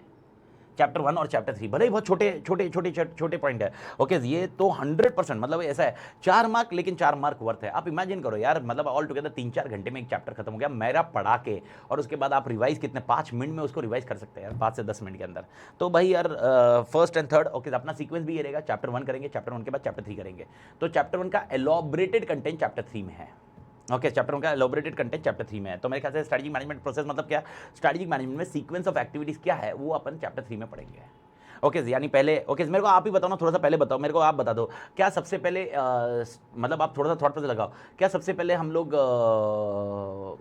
स्ट्रैटेजी बनाएंगे या पहले विजन मालूम होना चाहिए आपको? ओके अनलेस अनटिल विजन नहीं मालूम होगा तो स्ट्रैटेजी कैसे बनाओगे? तो पहले विजन मालूम होना चाहिए, विजन के बाद आपको गोल्स एंड ऑब्जेक्टिव्स मालूम होना चाहिए, उसके बाद आप किधर स्ट्रैटेजी के बारे में सोचोगे। तो जब तक आपके विजन गोल्स एंड ऑब्जेक्टिव्स नहीं होते तो उसके सीक्वेंस क्या है वो चैप्टर 3 में मिलेंगे मालिक। ओके तो आई डू थिंक इधर तक आपको फर्स्ट एंड थर्ड चैप्टर का लॉजिक बैठा। अब फोर्थ, फिफ्थ, सिक्स्थ ये तीनों चैप्टर स्ट्रैटेजीज के बारे में है। तीनों चैप्टर स्ट्रैटेजीज के बारे में है। ओके तीनों चैप्टर स्ट्रैटेजीज के बारे में है। Okay fourth, fifth and sixth कौन सी स्ट्रैटेजी? एक है कॉर्पोरेट लेवल स्ट्रैटेजी, एक है बिजनेस लेवल स्ट्रैटेजी, और एक है ओके आपकी फंक्शनल लेवल स्ट्रैटेजी। तो फोर्थ, फिफ्थ एंड सिक्स्थ आपकी 3 स्ट्रैटेजीज है।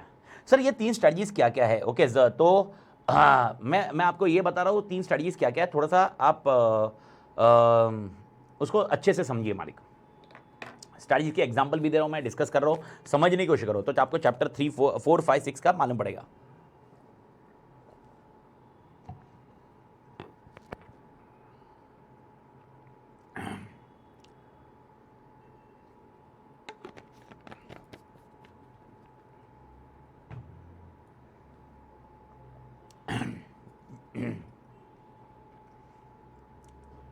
कॉर्पोरेट लेवल स्ट्रेटजी, ओके, आपको इस सीक्वेंस से एग्जांपल याद आ रहा है? ये एग्जांपल याद आ रहा है कल का?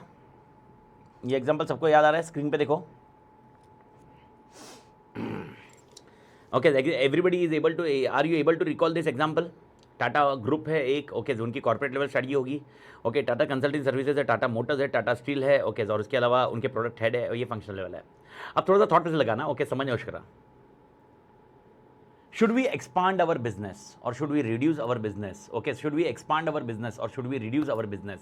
Is basically a corporate level strategy. Or should we just do a stability? तो आप थोड़ा सा प्रैक्टिकली सोचिए। टाटा ग्रुप ये डिसाइड करता है कि जैसी चल रही है कंपनी, अभी चलने देते हैं, थोड़ा टाइम वेट करते हैं, फिर बाद में देखेंगे। Okay, this is called stability. ठीक है, अभी चल रहा है ना, चल रहा है, चलने दो, चल रहा है, चलने दो। ओके, हम लोग देखेंगे क्या हो रहा है क्या नहीं हो रहा है। किस कंटेक्स्ट में बोल रहा हूं मैं ये सर? ओके, आप ये किस कंटेक्स्ट में बोल रहे हो? टाटा टीसीएस अच्छे से चल रहा है, टाटा मोटर्स में कोई दिक्कत नहीं है, टाटा स्टील में कोई दिक्कत नहीं है। ओके, अभी तक चल रही है कंपनी जैसे चल रही है, कोई प्रॉब्लम नहीं है मालिक। ओके, तीनों के तीनों स्टेबिलिटी समझने को, टाटा डिसाइड करता है। इसके अलावा और एक एग्जांपल मैं समझ लेता हूं। ओके, इसके अलावा और एक एग्जांपल मैं बोलता हूं, टाटा इंश्योरेंस ले लेते हैं। टाटा इंश्योरेंस भी है, टाटा इंश्योरेंस भी लेते हैं, टाटा इंश्योरेंस। ओके, आप समझना शुरू हो, प्लीज अंडरस्टैंड। ओके, इनको लगता है कि हमारा टाटा कंसल्टिंग सर्विसेज चल रहा है, टीसीएस चल रहा है, टाटा मोटर्स चल रहा है, टाटा स्टील चल रहा है, टाटा इंश्योरेंस चल रहा है। Okay, let do an expansion, और एक एरिया में घुसते हैं मालिक, और एक एरिया में घुसते हैं। Let do one thing, air India जो सेल होने वाला है उसके लिए बिड करते हैं, और वो एयर इंडिया आया तो टाटा एयर करके अपन चालू करने की सोचते हैं, टाटा एयर चालू करने की सोचते हैं। तो उन्होंने डिसीजन क्या लिया? ओके, बिड करेंगे और उसको एक्वायर करेंगे। ओके, तो मेरे को बताओ ये डिसीजन किसने लिया? टाटा ग्रुप ने लिया या कोई टीसीएस, टाटा मोटर्स या टाटा स्टील या टाटा इंश्योरेंस, इन्होंने लिया? आपको क्या लगता है ये डिसीजन किसने लिया होगा? टाटा एयर इंडिया के लिए बिड करना और एयर इंडिया को खरीद के टाटा एयर चालू करना, ये किसने लिया? ग्रुप ने लिया। Everybody agree? Okay, again this is called corporate level strategy, यानी एक्सपांड करना। एक्सपांड करने के बहुत सारे तरीके हैं।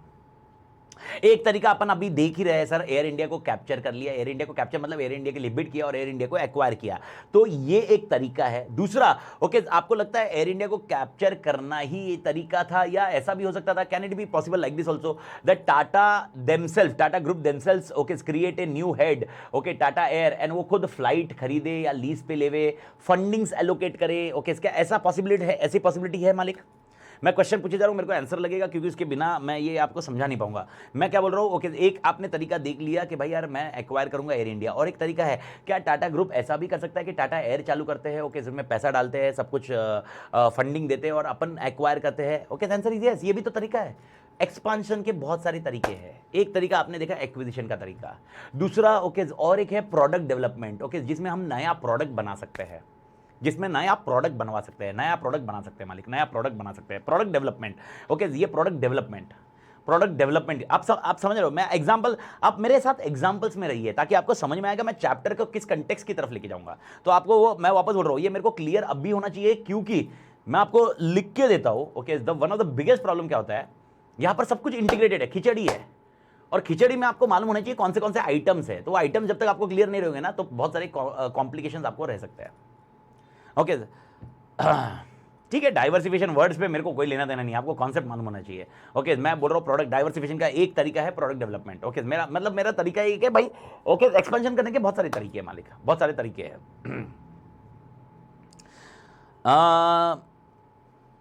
ये कॉन्सेप्ट आपने देखा। ओके, अभी यहां पर आप टाटा को मालूम पड़ा, टाटा ग्रुप को मालूम पड़ा कि टाटा इंश्योरेंस चल नहीं रहा है।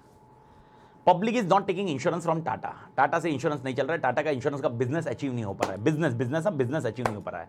तो वो ये डिसाइड करते हैं कि टाटा इंश्योरेंस को जो सेल्स है वो बरोबर नहीं है टाटा इंश्योरेंस का। तो एक काम करते हैं, टाटा इंश्योरेंस के इसमें हम टाटा इंश्योरेंस में, टाटा मोटर्स में जो कार बेचेगा, जो कार खरीदेगा टाटा मोटर्स से, हम ये बोलेंगे कि आप टाटा इंश्योरेंस मतलब इंश्योरेंस आप टाटा इंश्योरेंस से ही लोगे कंपलसरी। ओके, आप समझ रहे हो मैं क्या बोल रहा हूँ? टाटा इंश्योरेंस डावाडोल हो रहा है, टाटा इंश्योरेंस डावाडोल हो रहा है, टाटा मोटर्स तोड़ हो रहा है, टाटा मोटर्स तोड़ है। ओके, तो मेरी स्ट्रैटेजी ऐसी हो रही है कि टाटा मोटर्स से जो कार खरीदेगा, ओके, वो इंश्योरेंस टाटा इंश्योरेंस से लेगा ताकि टाटा इंश्योरेंस सर्वाइव हो जाए। कुछ समझ में आ रहा है मालिक? कुछ समझ में आ रहा है? एग्जांपल समझ में आ रहा है? तो मेरे को बताओ, ये भी कौन डिसाइड करेगा कि टाटा मोटर्स वाले को ये बोलना है कि भाई मोटर, ओके एक काम कर, इंश्योरेंस सब इधर से करवा, सब इंश्योरेंस इधर से करवा। ये कौन डिसाइड करेगा? टाटा ग्रुप डिसाइड करेगा मालिक। ये भी एक स्ट्रैटेजी है सर। इसको कौन सी स्ट्रैटेजी बोलते हैं? Turn around strategy. Turn around, हम ट्राई कर रहे हैं कि टाटा इंश्योरेंस को सर्वाइव करे। नहीं तो कहीं ना कहीं आपको समझ में आ रहा है, अगर सेल नहीं हो रहा है, बिजनेस नहीं है, ओके, प्रॉफिट्स नहीं है कंपनी के पास, कंपनी की लगी पड़ी है, तो लास्ट ऑप्शन है कंपनी के पास क्या है? लास्ट ऑप्शन क्या होगा मालिक? कंपनी को लिक्विडेट कर दीजिए टाटा इंश्योरेंस को। ओके, ये होने के बाद भी अगर टाटा इंश्योरेंस सर्वाइव नहीं कर रहा है तो भाई टाटा ग्रुप ऑर्डर करता है लिक्विडेशन कर लो। ओके, तो याद रखना, लिक्विडेशन जब मैं बोल रहा हूं तो लिक्विडेशन इज लास्ट पॉइंट। तो इसको हम लोग बोलते हैं डाइवेस्टमेंट। डाइवेस्टमेंट मतलब, डाइवेस्टमेंट के बहुत सारे तरीके हैं। डाइवेस्टमेंट का एक तरीका आपने समझा टर्न अराउंड। टर्न अराउंड यानी हम कोशिश करेंगे कि कुछ ना कुछ को रिवाइव करने की, और दूसरा है लिक्विडेशन, मतलब कंप्लीटली शट डाउन कर देंगे। तो इसको हम लोग बोलते हैं डाइवेस्टमेंट। तो अभी आपने क्या क्या समझा मालिक? ओके, देखो टाटा ग्रुप क्या क्या सोचेगा, टाटा ग्रुप क्या क्या सोचेगा, everybody with me. Tata group क्या क्या सोचेगा? टाटा ग्रुप बोलेगा नहीं भाई कुछ नहीं करना, ओके जैसे चल रहा है चलने दे, स्टेबिलिटी। दूसरा टाटा ग्रुप को क्या बोलेगा? चलो बड़ा करते हैं, कुछ बढ़ाते हैं, एक्सपांशन। तीसरा नहीं इसको इस तरह से इसके साथ इंटीग्रेट करते हैं या इसको बेच देते हैं, ये वाला पर्टिकुलरली कंपनी कंप्लीटली बेच देते हैं। इसको हम लोग बोलते हैं डाइवेस्टमेंट। डाइवेस्टमेंट या कॉम्बिनेशन ऑफ देम, ऐसा भी हो सकता है। टाटा क्या करेगा? टाटा मोटर्स, ओके मेरे को बताओ, टाटा इंश्योरेंस को बेचता है, टाटा इंश्योरेंस बेच देता है या बंद कर देता है, वॉट एवर इट में भी, ओके बेच देता है, बंद कर देता है। और दूसरा टाटा मोटर्स में और एक कंपनी को एक्वायर करता है, और एक कंपनी को एक्वायर करता है मालिक, और एक कंपनी को एक्वायर करता है, और एक कंपनी को एक्वायर करता है। वो क्या होगा मालिक? ओके, यानी कंपनी को एक्वायर करना इज बेसिकली एक्सपेंशन, और एक है बेच देना मतलब डाइवेस्टमेंट, यानी कॉम्बिनेशन। तो it can be a combination also. Sir stability strategy को समझाइए मालिक। देखो डिटेल में तो अपन चैप्टर में समझेंगे, लेकिन अभी के लिए मैं बता दूं, डू एज सच, ओके हम लोग वेट कर रहे हैं कुछ ऐसे सर्कमस्टेंसेस। हम लोग अभी मार्केट कैप्चर करके बैठे हुए हैं, ओके मार्केट के कस्टमर हमारे पास है, हमें कुछ ऐसे स्टेप्स लेने की जरूरत नहीं है जिसकी वजह से हमको कुछ करना पड़ेगा। In short, right now just monitor the market and monitor the environment, that's it. Stability मतलब क्या? याद रखना, स्टेबिलिटी मतलब डूइंग नथिंग नहीं होता है। But I am not interested in expansion, nor I am interested in divestment. Okay, ना मैं एक्सपांड करने के मूड में हूं, ना मैं निकालने के मूड में हूं, मैं जस्ट वेट कर रहा हूं, wait and watch, wait and watch. It is not doing nothing. Okay, stability मतलब क्या होता है? स्टेबिलिटी मतलब अपन स्टेबल पोजीशन पे है, अभी स्टेबल पोजीशन पे ना, मार्केट भी है, पैसा भी आ रहा है, कस्टमर भी आ रहे हैं, सब लोग आ रहे हैं। ओके, काय के लिए कुछ कीड़े कांडी करने का, मालूम पड़ा एक्सपांशन के चक्कर में अपन डूब गए, मालूम पड़ा डाइवेस्टमेंट में और ये चलने वाला था, वॉट एवर इट में भी। ओके, डू इस तरह से wait and watch, wait and watch is called stability strategy. Wait करना और वॉच करना, जैसे जैसे चल रहा है, सर्वाइव कर रहे हैं, कोई दिक्कत नहीं है, that is called stability strategy. तो मेरे ख्याल से स्टेबिलिटी स्ट्रेटजी का लॉजिक समझ में आया मालिक? ओके यस मालिक, ओके वो डिटेल में मतलब अपन जाएंगे तो पोजिशन अपना मार्केट या जैसे चल रहा है वैसे चलने दो मालिक। ओके, बात खत्म। तो कहानी मेरे ख्याल से आई डू थिंक ओके यहाँ पर आपको समझ में आ रही है मैं क्या डिस्कस कर रहा हूँ। तो ये है आपका चैप्टर 4। तो चैप्टर 4 में मेरे को बता दो आपको क्या समझ में आया, कौन सी स्ट्रेटजीज है, कौन सी स्ट्रेटजी समझ में आई मालिक? चैप्टर 4 में क्या क्या स्ट्रेटजी समझ में आई आपको? चैप्टर 4 में आपको 4 तरह की स्ट्रेटजी समझ में आ रही है। 4 तरह की स्ट्रेटजी कौन सी है मालिक? पहली है आपको स्टेबिलिटी, दूसरी आपके लिए ग्रोथ या एक्सपांशन, तीसरी है आपके लिए डाइवेस्टमेंट मतलब खत्म, चौथी है कॉम्बिनेशन। अब हर स्ट्रेटजी को डिटेल्ड में पढ़ेंगे, हर स्ट्रेटजी में करना क्या है, हर स्ट्रेटजी के एडवांटेजेस क्या है, डिसएडवांटेजेस क्या है, कौन से केसेस में कौन सी स्ट्रेटजी यूज करनी चाहिए। डाइवेस्टमेंट के तो एक्सपांशन के तो बहुत सारे तरीके हैं। ओके, मर्जर्स एक्विजिशंस हो सकते हैं, डाइवर्सिफिकेशन हो सकता है, डाइवर्सिफिकेशन में भी क्या तरीका है। ओके, ये सारे कॉन्सेप्ट अपन स्ट्रेटजीज में पढ़ेंगे। तो चैप्टर 4 अपने लिए रहेगा। ओके, एंड चैप्टर 4 जब एग्जामिनेशन में आता है तो हमें यहाँ पर जो एग्जाम में क्वेश्चन आएगा वो हमें ओके वो एप्लीकेशन बेस्ड रहेगा। आपको एक केस सिनेरियो दिया जाएगा and in that case scenario okay बताइए कौन सी स्ट्रेटजी सिलेक्ट करनी है। और मैंने आपको कल भी डिस्कस किया कि अपन क्या करेंगे, यूजुअली आपके पास टेक्स्ट बुक ऑलरेडी है। ओके, टेक्स्ट बुक के पीछे क्वेश्चन आंसर्स है, क्वेश्चन है मतलब आंसर्स डिस्कस है, आंसर्स डिस्कस अपन क्लास में करते जाएंगे जैसे ही चैप्टर एंड होते जाएगा। तो चैप्टर जैसे ही एंड हो गया तो अपन क्लास में वो डिस्कशन खत्म कर लेंगे कि कौन से क्वेश्चन क्या है, उनके ये पॉइंट क्या है, तो अपन वो कंटिन्यूसली करेंगे। तो आपको एप्लीकेशन भी साथ साथ में खत्म होते जाएगा। तो आपको समझ में आना चाहिए, because at the end of the day examination point of view आपको तोड़ प्रिपेयर रहना जरूरी है मालिक, with respect to, because examination में अगर डायरेक्ट क्वेश्चन आ गया, किस्मत तुम्हारी नहीं आया और बहुत बड़ा केस स्टडी और उसके बाद बोला कि स्ट्रेटजी बताइए, तो प्रॉब्लमेटिक इशू है। तो मेरे ख्याल से चौथे में आपको स्ट्रैटेजी समझ गए मालिक, स्ट्रैटेजी का लॉजिक समझा, मतलब समझ गए मतलब कॉन्सेप्ट नहीं, मतलब स्ट्रैटेजी इसका लॉजिक तो समझ में आया ना, मतलब क्या है भाई, हाँ ठीक है मालिक। ओके इसके बाद अपन बात करते हैं business level. Business level strategy मतलब क्या है, टाटा मोटर्स हो गई, टाटा टीसीएस हो गया, या टाटा स्टील हो गया, या टाटा इंश्योरेंस हो गया, तो इनकी स्ट्रैटेजीज ये चैप्टर 5 बताता है। सर इनकी स्ट्रैटेजीज क्या होती है, ओके इनकी स्ट्रैटेजीज बिजनेस लेवल पे क्या दिखा जाएगा, बिजनेस लेवल पे समझने की कोशिश करो क्या दिखा जाएगा। बिजनेस लेवल पे हम मार्केट कैसे कैप्चर करेंगे, हम मार्केट कैसे कैप्चर करेंगे, how will capture our market, that is discussed in business level strategy. Again I am discussing, हाँ ये ओवरव्यू है, ये कोई ऐसा मत सोचो चैप्टर खत्म भी हो गया मार्केट, अरे भाई बहुत डिटेल्ड है। आप इमेजिन करो चैप्टर 1 3 तो बहुत छोटे हैं, चैप्टर 1 3 में कोई दम नहीं है, 4 5 6 ओके चैप्टर 2 ओके ये सारे चैप्टर माँ कसम कांड है, कांड एकदम तोड़ कांड है भाई। तो यहाँ पर ऐसा एजम्पशन मतलब अरे माँ कसम अपने को आता है भाई कॉर्पोरेट लेवल स्ट्रैटेजी, ठीक है, गुड इनफ गुड इनफ। तो मालिक अगला पॉइंट है बिजनेस लेवल स्ट्रैटेजी। तो इसमें क्या किया जाएगा, हम मार्केट कैसे कैप्चर करें। अब देखो मार्केट कैप्चर करने के दो तरीके, मेरे को बताओ टाटा ने टाटा नैनो, वैसे टाटा नैनो अभी बंद हो चुकी है, मेरे को बताओ टाटा नैनो का ऑब्जेक्टिव क्या था, टाटा नैनो का ऑब्जेक्टिव क्या था, टाटा मोटर्स ने टाटा नैनो क्यों लाई, टाटा नैनो क्यों लाई, ओके मेरा क्वेश्चन सिंपल है, ओके टाटा नैनो क्यों लाई, क्या कारण था, what was the reason behind bringing a Tata Nano in the market, what was the reason behind bringing a Tata Nano in the market, ये Tata nano market में लाने का कारण क्या था मालिक, ओके इसको कोई बता सकता है।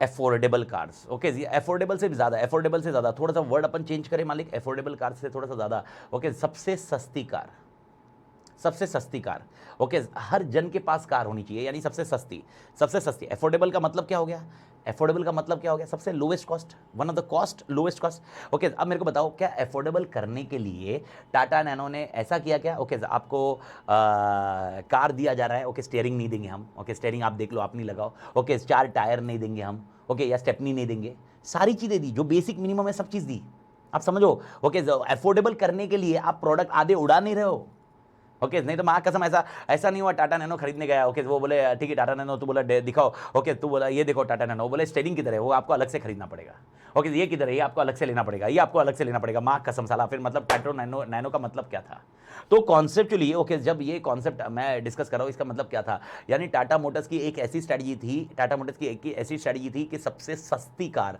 One of the cost effective, यानी कोई अगर किसी को सबसे सस्ती कार लेनी है, सबसे सस्ती कार लेनी है, अगर वो 10 कार दिखे तो अपनी कार सबसे सस्ती हो मालिक। Our car should be one of the lowest. Our car should be one of the lowest. That is called a concept of. Okay, अभी देखो किसी ने क्या लिखा, आईफोन लिखा, और आईफोन में ये लिखा सर, ओके चार्जर भी अलग से खरीदना पड़ा, रुको ना उसकी स्ट्रैटेजी समझेंगे ना, वो लॉजिक समझो आप।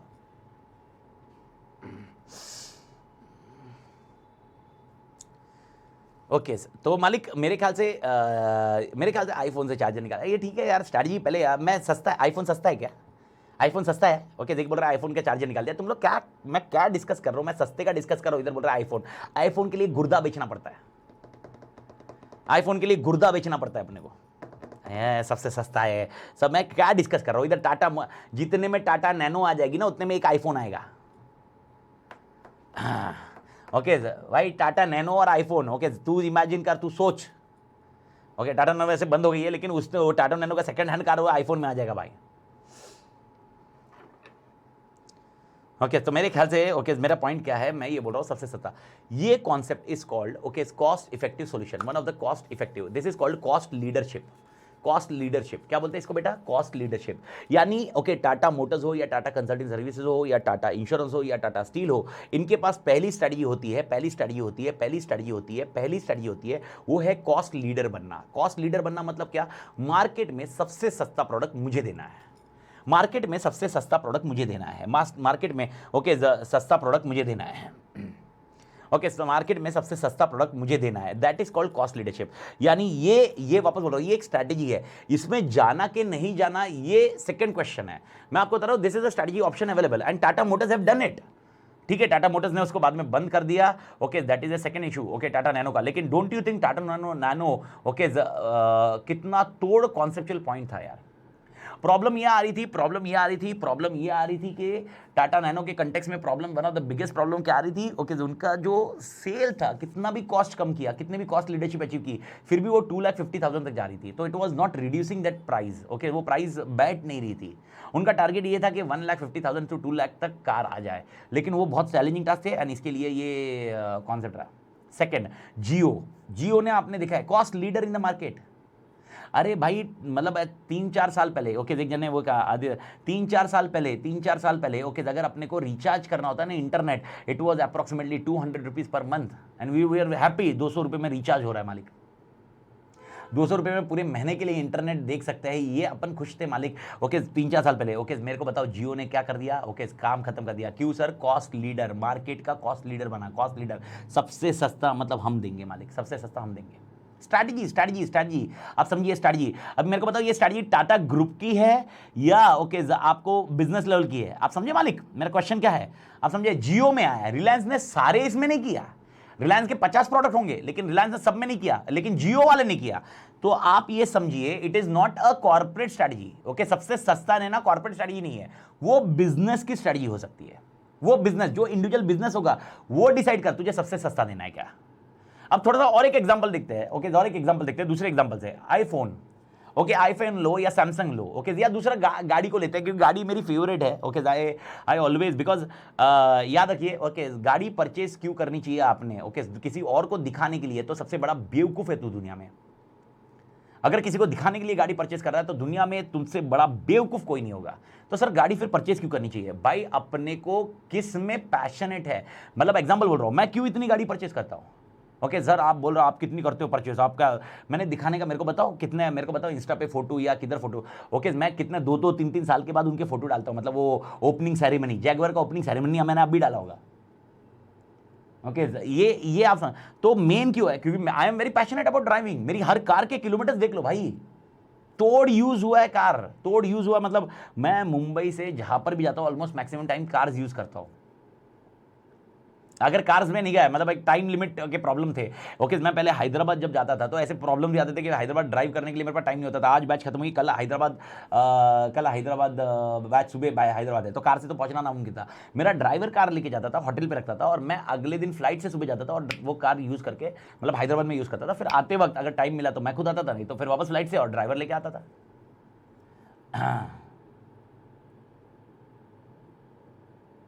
ओके, तो आप समझे मालिक। ओके, ये आपको क्या पसंद है ना, उस पर खर्चा करना सीखो। That is what my discussion. और आई ओके, एंड ये मत बोलो कि मेरे लाइफ में कुछ नहीं मिला, मेरे लाइफ में कुछ नहीं मिला, मेरे लाइफ में कुछ नहीं मिला, क्योंकि तूने खर्च नहीं किया। ओके, मेरे लाइफ में कुछ नहीं मिला, मेरे लाइफ में कुछ नहीं मिला, मेरे लाइफ में कुछ नहीं मिला, मिला तेरे को, तूने खर्च नहीं किया, तेरी गलती। तू सोचा सेविंग करता हो, फ्यूचर का है, फ्यूचर का है, फ्यूचर का है, फ्यूचर क्या हो गया? बुढ़ापा आ गया, सेव कर ले। बुढ़ापे में किधर उड़ाएगा? बुढ़ापे में तो उड़ाने के लिए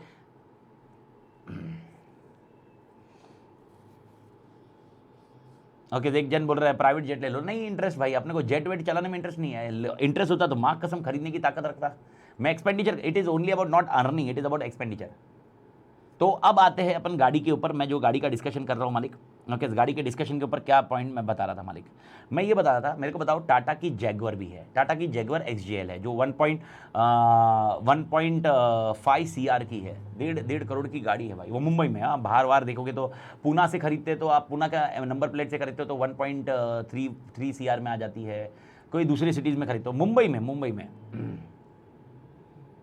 ओके। तो मेरा क्वेश्चन है, ओके, मेरे को बताओ, ओके, जैगवर भी तो बेचता है टाटा वाला, वो कहां पर कॉस्ट इफेक्टिव है? कहां पर वो कॉस्ट लीडर है? वो कहां पर कॉस्ट लीडर है? कॉस्ट लीडर एक कॉन्सेप्ट था टाटा नैनो, वो था कॉस्ट लीडरशिप। और एक कॉन्सेप्ट है जहां पर वो एकदम प्रीमियम कार बेचते हैं, जिसमें प्रीमियम पैसा चार्ज करते हैं। प्रीमियम, जो उनका मन किया वो पैसा चार्ज किया जाएगा, जो उनका मन किया वो पैसा चार्ज किया जाएगा मालिक। Okay, that is called differentiation strategy. एक होता है कॉस्ट लीडर बनना, सबसे सस्ता मैं दूंगा, और एक होता है ओके, सबसे महंगा मेरा होगा, लेना है तो ले, नहीं तो tata bye bye, tata bye bye, मत खरीद, कोई प्रॉब्लम नहीं है। ओके, मेरे प्रोडक्ट की वैल्यू इतनी है कि तुझे ये खरीदना, जो खरीदने वाले लोग हैं वही मेरे लिए काम कर देंगे, and that is called differentiation strategy. क्या बोलते हैं मालिक? Differentiation strategy. ओके, अब जो बोल रहा था ना, कोई बीच में बोल रहा था आईफोन, आईफोन कौन सा यूज करता है, कॉस्ट लीडरशिप या डिफरेंशिएशन? थोड़ा प्रैक्टिकली सोचो मालिक। डिफरेंशिएशन डिफरेंशिएशन डिफरेंशिएशन क्या होता है मालिक? ओके बोलता है तेरे को लेना है तो ले, नहीं तो मत ले, मैं चार्जर भी नहीं बेचूंगा। ओके चार्जर भी नहीं बेचूंगा। अभी तो मालूम है तुमने तुमने नया आई 13 में 13 वाले इसमें उन्होंने तो प्लास्टिक कवर का भी रैपर, बिकॉज एनवायरमेंट बोल बोल के मार दिए इन लोग ने। एनवायरमेंट को बचाना है, एनवायरमेंट को बचाना है, एनवायरमेंट को बचाना है, एनवायरमेंट को बचाना है, एनवायरमेंट को बचाना है। और मां कसम इतने फोन निकाल रहे तो 2-4 साल के बाद नया निकालो ना, एनवायरमेंट को बचाना है, एनवायरमेंट को बचाना है, एनवायरमेंट को बचाना है। अरे एनवायरमेंट को बचाना है तो फोन के इतने अपडेट्स कम निकालो रे। ओके और साला नया खाली कैमरा चेंज करके अपडेट निकाल देते हो, कैमरा चेंज हुआ, ये चेंज हुआ और तुम अपडेट निकाल देते हो।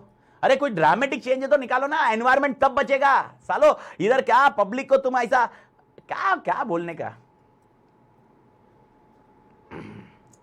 ओके यार, अरे चार्जिंग वार्जिंग छोड़ दो यार, तुम पहले फोन है ना 3-4 साल के बाद निकालो सालो, तो अब जाके एनवायरमेंट बचेगा। क्योंकि ये मेरे को बताओ यार, नए फोन लेते पुराना कितना कितना आई वेस्ट हो रहा है, ई वेस्ट कितना सारा हो रहा है यार। वो एनवायरमेंट को तो डैमेजिंग कर ही रहा है, उसके रिसोर्सेज अपन यूज कर रहे हैं ना, मां कसम कैसे कर रहे हैं। लेकिन यहां पर क्या है, एनवायरमेंट को बचाना है। पर एनवायरमेंट को हम बचाएंगे कैसे? हम 2 रुपए की चीज कम करेंगे। ओके एक्चुअली उनके कॉस्ट में 2 रुपए की चीज कम करेंगे। ओके और टोटल अमाउंट में हम 1 रुपया कम करेंगे। ओके मतलब मालिक समझा? ओके 2 रुपए की चीज हम कम करेंगे कॉस्ट में, लेकिन टोटल अमाउंट में हम 1 रुपए की चीज कम करेंगे। ओके तोड़ कॉन्सेप्ट है। हाँ तो मालिक सैमसंग, ओके तो मैं कौन मानव, मैं कहां पर नहीं बोला, सैमसंग भी तो मैं बोल रहा हूं ना डिफरेंशिएशन में जा रहा है। सैमसंग फोल्ड भी तो निकाल रहा है, ये डिफरेंशिएशन है। ओके देखो भाई, ओप्पो वीवो, तुम मेहनत करो, हम निकालेंगे सस्ता, मेहनत तुम करो, हम सस्ते के बारे बात करेंगे। कॉस्ट लीडर कौन है? ओके कॉस्ट लीडर कौन है और डिफरेंशिएशन कौन है, ये डिसाइड करने के लिए मालिक समझ में आ रहा है। तो टाटा मोटर्स, यानी आप ये समझो, अगर एक ही बिजनेस लेवल पे भी, एक ही बिजनेस में भी हम दोनों स्ट्रेटजी यूज कर सकते हैं। एक चीज में हम कॉस्ट लीडर हो सकते हैं, एक चीज में हम डिफरेंशिएशन दे सकते हैं। Okay then that is how the structure works, that is how the structure works. तो आपको कॉस्ट लीडर बनना है, ओके आपको डिफरेंशिएशन देना है। ओके और तीसरा सिनेरियो है और एक कॉन्सेप्ट होता है फोकस, फोकस स्ट्रेटजी। कौन सी स्ट्रेटजी बेटा? फोकस। ओके हमें ज्यादा हेडेक नहीं करना है, जितना अपना मार्केट है उतने पे फोकस करो, वही चीज में वही प्रोडक्ट बेचते रहो। ओके जिंदगी चल रही है, छोड़ दो हेडेक, छोड़ दो, that is called focus. Focus focus focus strategy. Focus strategy में सर क्या होता है? ओके सर फोकस स्ट्रेटजी में क्या सस्ता दे रहे हैं या महंगा दे रहे हैं, doesn't matter. Okay focus strategy में हम लोग सिर्फ वो ग्रुप ऑफ वही ग्रुप पे हम फोकस कर रहे हैं, इससे ज्यादा देख ही नहीं रहे। ओके नया कस्टमर बनाने की कोशिश नहीं कर रहे, नए प्रोडक्ट बनाने की कोशिश नहीं कर रहे, that's it, this is called focus, focus strategies, focus strategies, focus strategies. तो 3 स्ट्रेटजीज आपको मिल जाती है मालिक, ये 3 स्ट्रेटजीज आपको मिल जाती है। 3 स्ट्रेटजीज कौन सी है मेरे को बताओ। चैप्टर 5 में आप 3 स्ट्रेटजीज कौन सी पढ़ोगे मेरे को बताओ। 3 स्ट्रेटजीज चैप्टर 5 में कौन सी होगी बेटा? ओके 3 स्ट्रेटजीज चैप्टर 5 में कौन सी होगी? ओके मेरे ख्याल से आपको स्ट्रक्चर रेडी हुआ रहेगा। कॉर्पोरेट में मैंने बताए थे आपको 4 स्ट्रेटजी क्या क्या है। ओके एक है स्टेबिलिटी, एक है एक्सपांशन, एक है डाइवेस्टमेंट और एक है कॉम्बिनेशन। ओके बिजनेस में आपकी कितनी स्ट्रेटजी होगी? Okay 3 strategy. कौन सी? कॉस्ट लीडरशिप, कॉस्ट लीडर बनना, डिफरेंशिएशन, बहुत तोड़ प्रोडक्ट अलग देना और प्रीमियम चार्ज करना, एंड लास्ट कॉन्सेप्ट आपके लिए और एक आएगा and that is called focus strategy. इसके अंदर और डिटेल्ड है लेकिन अपन कॉन्सेप्ट देख रहे हैं मालिक। फोकस कॉस्ट है, वो सब कॉम्बिनेशन वर्क होगा, लेकिन that's what your 3 point is, cost leader बनना, डिफरेंशिएशन और focus. Cost leader, differentiation, focus. Okay अब थोड़ा सा थॉट प्रोसेस लगाइए, मेरे को बताइए, आपने एक न्यूली ऐड देखी होगी। ऐड मतलब ऐसे मीम देखा होगा। देखो मीम तो वायरल होते रहते हैं, मीम वायरल होते हैं 2 दिन की कहानी और उसके बाद वापस अगली कहानी चालू हो जाती है, पावरी हो रही है या ऐसा वायरल होते रहते हैं। एक ऐसा मीम पता नहीं तुमने देखा है कि नहीं, ब्लैक वाटर विराट कोहली पीता है। ओके ब्लैक वाटर या शाहरुख की वाइफ कोई ब्लैक वाटर पीती है जिसका वैल्यूएशन या जिसका कॉस्ट ओके समथिंग अराउंड मेरे ख्याल से 1500 पर लीटर, ऐसा कुछ तो है, मेरे को एग्जैक्टली आइडिया नहीं, लेकिन मैंने ऐसे एक पोस्ट देखा था, ये देखा था ब्लैक वाटर। अब मेरे को बताओ ब्लैक वाटर वाला ओके उसको ऐसा बुरा नहीं लग रहा होगा? ऐसा पब्लिक मेरी इज्जत उड़ा रही है 1000-1500 रुपये में बेच रहा करके, और इधर बिस्लरी साला 15 रुपये की बॉटल मिल रही है, बिस्लरी 15 रुपये की बॉटल मिल रही है, इधर बिस्लरी साला 15 रुपये का बेच रहा है और इधर मेरा ब्लैक वाटर, ऐसा उसको बुरा नहीं लगता होगा, उसको फीलिंग नहीं आती होगी। ओके जो बिजनेस वाला है क्या फीलिंग अबे भाई उसका टारगेट है तो मेरे को बताओ ओके 600 की मतलब वही 600,000 whatever it may be I am not aware क्योंकि अपन तो पीते नहीं अपन गरीब आदमी है अपन किधर है ओके अपन क्या करते हैं खाली बॉटल लेते हैं ओके ऐसी बॉटल रहती है अपन और रेलवे स्टेशन पे या किधर भी कैंटीन में जिधर भी रहा पानी भरते हैं और वो पीते हैं ओके ये पॉइंट एकदम तोड़ हम देते हैं ओके तो मालिक ओके लॉजिक सिंपल है सर क्या है ओके और देखो बचपन से मैंने देखा था ओके बिस्लेरी का कॉन्सेप्ट आज चालू हुआ है ओके सर डेफिनेटली कोविड में अपन ने देखा कितना वो इम्पैक्टेड रहा लेकिन आपने नोट नहीं किया कोविड में बिस्लेरी कितनी यूज़ हुई अभी कोई फंक्शन में जाते हो आप बिस्लेरी वेरी कॉमन हो जाती है एक टाइम था जब फंक्शन में ओके अपन पानी पीते थे मतलब जो ग्लास रखी होती थी डेफिनेटली उसके अंदर आप बोलोगे सर कैसा बैक्टीरिया ये आज के डेट में रे आज के डेट में अपन इतना सोचने लगे मैं तेरे को बता रहा हूँ बचपन में हम लोग क्रिकेट खेलते थे ना गटर में से बॉल निकाल के वापस खेल लेते थे ओके दीवार पे 2-4 बार मारते थे हाथ में ही आती थी और फिर हाथ ऐसे साफ कर लेते थे हाथ ऐसे पैंट पे कर लिया और वापस क्रिकेट खेलना चालू था मालिक ये सीन था ओके आज के डेट में अपने को ऐसा हो गया अरे नहीं ये so much of bacteria so much of this so much your house is so okay ये अरे क्या मजाक कर रहे हो यार अरे मैं कभी कभी नोट करता हूँ मेरे को बहुत बहुत बुरा लगता है कभी कभी तो ठीक है मैं कोविड के टाइम की बात नहीं कर रहा हूँ कोविड के टाइम की चीज़ें अलग थी लेकिन डेफिनेटली मैं बता रहा हूँ मैं कोविड के पहले भी ओके हमारे नीचे टपरी वाला टपरी वाला जब फेस टू फेस बैचेस होती थी तो डेफिनेटली मैं भी ब्रेक देता तो ब्रेक के लिए नीचे चला जाता था चाय पीने के लिए टपरी पे ओके लिटरली बोल रहा हूँ मतलब हम लोग मैं चाय वो ग्लास में पीता था मतलब मैंने वो ग्लास तुमने देखी होगी नोट की होगी चाय के टपरी में जो ग्लास होती है वो नोट की होगी आपने ओके वो कैसे पानी में डालता है ओके पानी एक पानी में से निकालता है दूसरे पानी में डालता है खत्म हो गया धुल ले और वो उंगलियां डाल के मतलब इट वाज समथिंग डिफरेंट यार माँ कसम तोड़ था यार क्या फील था ओके और उसमें चाय पीने का मजा ही अलग होता था और पब्लिक है ना मतलब स्टूडेंट बहुत सारे देखता था मैं वापस बोल रहा हूँ it is before Covid I am discussing after Covid तो भाई ये चीज़ें बहुत ध्यान में रखनी है नहीं तो आप अपनी बैंड बजा देंगे ओके कोविड में तो मालूम पड़ा वो ग्लास में चाय पिया अगले दिन वो ग्लास में तेरे नाम की मोमबत्ती या दिया लग रहा है ऐसा ना हो जाए भाई तो आज के डेट में थोड़ा सा संभालना पड़ रहा है मालिक ओके ये पॉइंट है थोड़ा जोकिंगली बोला ओके आई नो द कितने लॉसेस हुए हैं ओके मेरी फैमिली में भी हुए हैं मैं खुद गो थ्रू किया हुआ आपने ईआईएस में देखा है मेरी क्या हालत हुई है ओके लेकिन तो तो मेरे ख्याल से आप समझ रहे हो मैं क्या बोल रहा हूँ तो भाई आज कोविड के इसमें संभाल लो ओके विनोद सर और मैं भी एक ही बॉटल से पानी पी लिए विनोद सर कोविड ले लिए तो इट इज़ ए बिग बहुत बड़ा प्रॉब्लम है मालिक ये तो पर मैं उसके पहले ही बता रहा हूँ यार ये लोग तुम यार कप में वो इसके कप में चाय पीते थे वो प्लास्टिक के कप में दो या पेपर के कप में दो मैं समझता था यार क्या तुम करते हो यार क्या लेवल पे आ गया आप इमेजिन करो कितना प्लास्टिक वेस्ट सिर्फ अपन लोगों की वजह से हुआ है एंड आज प्रोबेबली ये यूट्यूब का लेक्चर है तो अभी तो करंटली जितने अपने एडमिशन मतलब जो शिफ्ट नहीं हुए वही देख रहे हैं लेकिन ये यूट्यूब का लेक्चर है तो बहुत जन देखेंगे तो एटलीस्ट जो भी देखेंगे तो मैं ये पॉइंट से बता रहा हूँ कहीं पर भी ट्रैवल करो मेक श्योर कहीं पर भी ट्रैवल करो ओके कहीं पर भी ट्रैवल करो मेक श्योर ओके आप प्लास्टिक बॉटल खरीद लो प्लास्टिक या स्टील जो भी आपको लगे तांबा वॉट एवर जो आपको लगे मेरे को उससे हेडेक नहीं है नॉर्मल प्लास्टिक बॉटल खरीदो अच्छे से और उसमें पानी घर से भरो और उसको यूज़ करो या जहाँ पर भी भरो जहाँ पर फिल्टर वाटर है फिल्टर वाटर टैप से मत भरना नल से मत भरना मालूम पड़ा उधर कोई अंदर बाथरूम में गया होगा और वही नल में हाथ धोया होगा ओके और कौन से बाथरूम की बात कर रहा हूँ मैं समझ गया तुम ओके वो टैप से ऐसे मत भरो पर फिल्टर है फिल्टर वाला जिधर लगा हुआ है उधर पानी भरो मालिक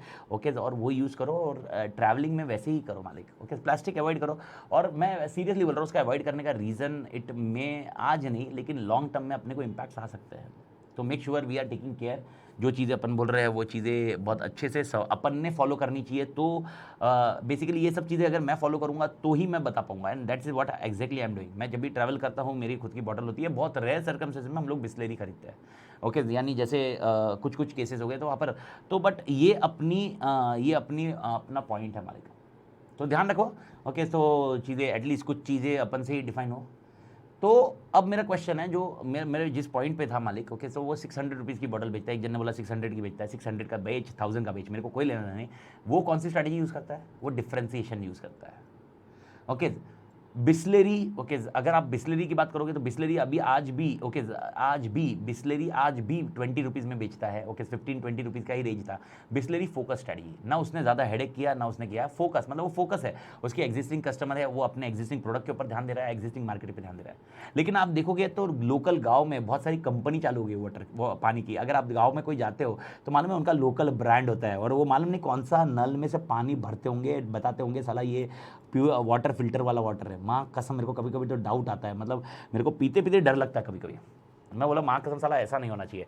तो वो लोग कौन सी स्ट्रेटजी यूज़ करते हैं, ओके, वो लोग कौन सी कोई कोई आड़े टेढ़े नाम रहते हैं उनके, ओके, वो कौन सी स्ट्रेटजी यूज़ करते हैं, वो कॉस्ट इफेक्टिव यूज़ करते हैं, वो कॉस्ट लीडरशिप बनने की कोशिश करते हैं। और सर कॉस्ट लीडर बनना उनके लिए आसान क्यों है, नल में से तो पानी डालना है, ज़्यादा उधर क्या करना है साला, और वो कौन से नल से मालूम ही नहीं उनको, तो उनके पास तो नल बहुत सारे अवेलेबल है। तुम इमेजिन करो साला ये सोच के बिस्लरी पीना मतलब बंद करो। अगर एक्सेप्शनल केसेस तो बिस्लरी पियो, ओके, और बिस्लरी महंगी पड़ेगी इसलिए आप नहीं लोगे, ओके, आप समझे। तो वो शादी जाओगे गांव में, प्लास्टिक वेस्टिक वेस्ट करो, ओके, मालूम नहीं कौन सा पानी भरता है, ओके, और किधर से पानी भरता है, और वो तेरे को आके बेचता है, और तू पी रहा है और खुशी से पी रहा है कि बोले या भाई, ओके, लेकिन तेरे अंदर का एंटीबायोटिक्स तोड़ रेडी हो रहा होगा।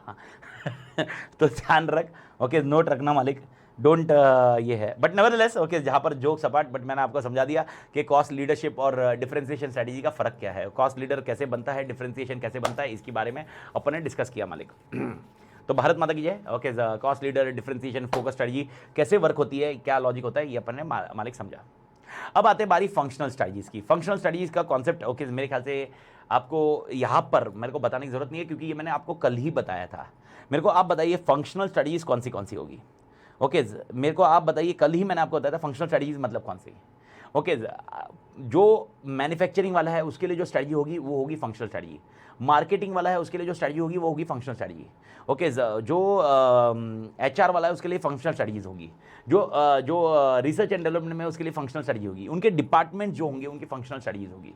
तो functional strategies organization to organization differ होगी, okay, it can be a production, it can be a accounting, it can be a finance and accounting, it can be a HR, it can be a different element all together. तो functional strategies में आपको ध्यान रखना होगा बहुत सारी strategies आती है, okay, it can be A, okay, तो प्रोडक्शन, ओके, प्रोडक्शन के रिलेटेड हम क्या सोच रहे हैं, मार्केटिंग के रिलेटेड कैसे करेंगे।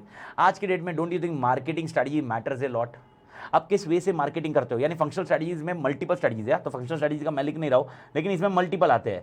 मल्टीपल मतलब कौन सा, मैंने बताया ना, मार्केटिंग है, अकाउंट्स है, फाइनेंस है, प्रोडक्शन है, एचआर है, okay, supply customer supply chain है, मतलब अपने पास ये ध्यान रखना है, ये सारी स्ट्रेटजीज इसके अंदर मिलेगी अपने को, इसके अंदर पढ़ने को मिलेगी मालिक। एग्जाम्पल हो मार्केटिंग कैसे करना है, हमें मार्केटिंग करने का तरीका क्या है, okay, we can go 1-to-1 marketing, okay, advertising करने के तरीके क्या है, कहाँ पर पब्लिश कर सकते हैं, ये सारी चीज़ें हम चैप्टर 6 में पढ़ेंगे। तो तीन चैप्टर का लॉजिक मेरे ख्याल से आपको समझ में आया, interlink, corporate strategy, business strategy and functional strategy, corporate, business and functional, corporate, business and functional, तीनों कॉन्सेप्ट समझ में आया मालिक मेरे ख्याल से।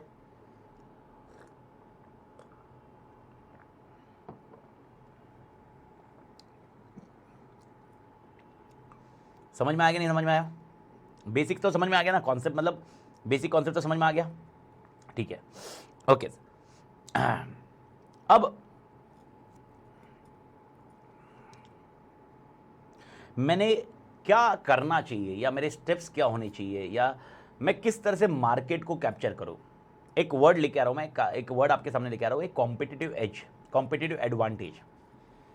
आई डोंट नो आपने ये वर्ड सुना है कि नहीं पहले। एक कॉम्पिटिटिव एडवांटेज करके वर्ड है। कॉम्पिटिटिव एडवांटेज मतलब क्या होता है, कॉम्पिटिटर के अगेंस्ट मेरे को एडवांटेज है। कॉम्पिटिटिव एडवांटेज मतलब कॉम्पिटिटर्स के अगेंस्ट मुझे एडवांटेज है। सब लोग की आत्मा इधर, सब लोग की आत्मा इधर है। कॉम्पिटिटर के अगेंस्ट मेरे को एडवांटेज है, कॉम्पिटिटर के अगेंस्ट मुझे एडवांटेज है। यानी एग्जांपल, कस्टमर अगर प्रोडक्ट खरीदना चाहता है तो मेरा पहले प्रीफर करेगा, बाद में कॉम्पिटिटर का प्रीफर करेगा। That is called competitive advantage. अब मेरे को सोच समझ के बताओ, क्या कॉम्पिटिटिव एडवांटेज होना चाहिए या नहीं होना चाहिए? कॉम्पिटिटिव एडवांटेज होना चाहिए कि नहीं होना चाहिए?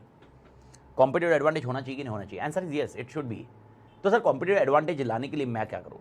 कॉम्पिटिटिव एडवांटेज आने के लिए मुझे अपनी कोर कॉम्पिटेंसी अच्छी करनी चाहिए।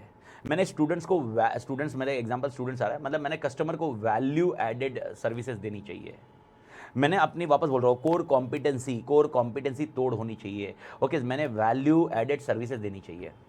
एक छोटा सा एग्जांपल, मेरे ख्याल से मैंने ईएस में एग्जांपल डिस्कस किया है। ओके, ये एग्जांपल तोड़ एग्जांपल है मालिक।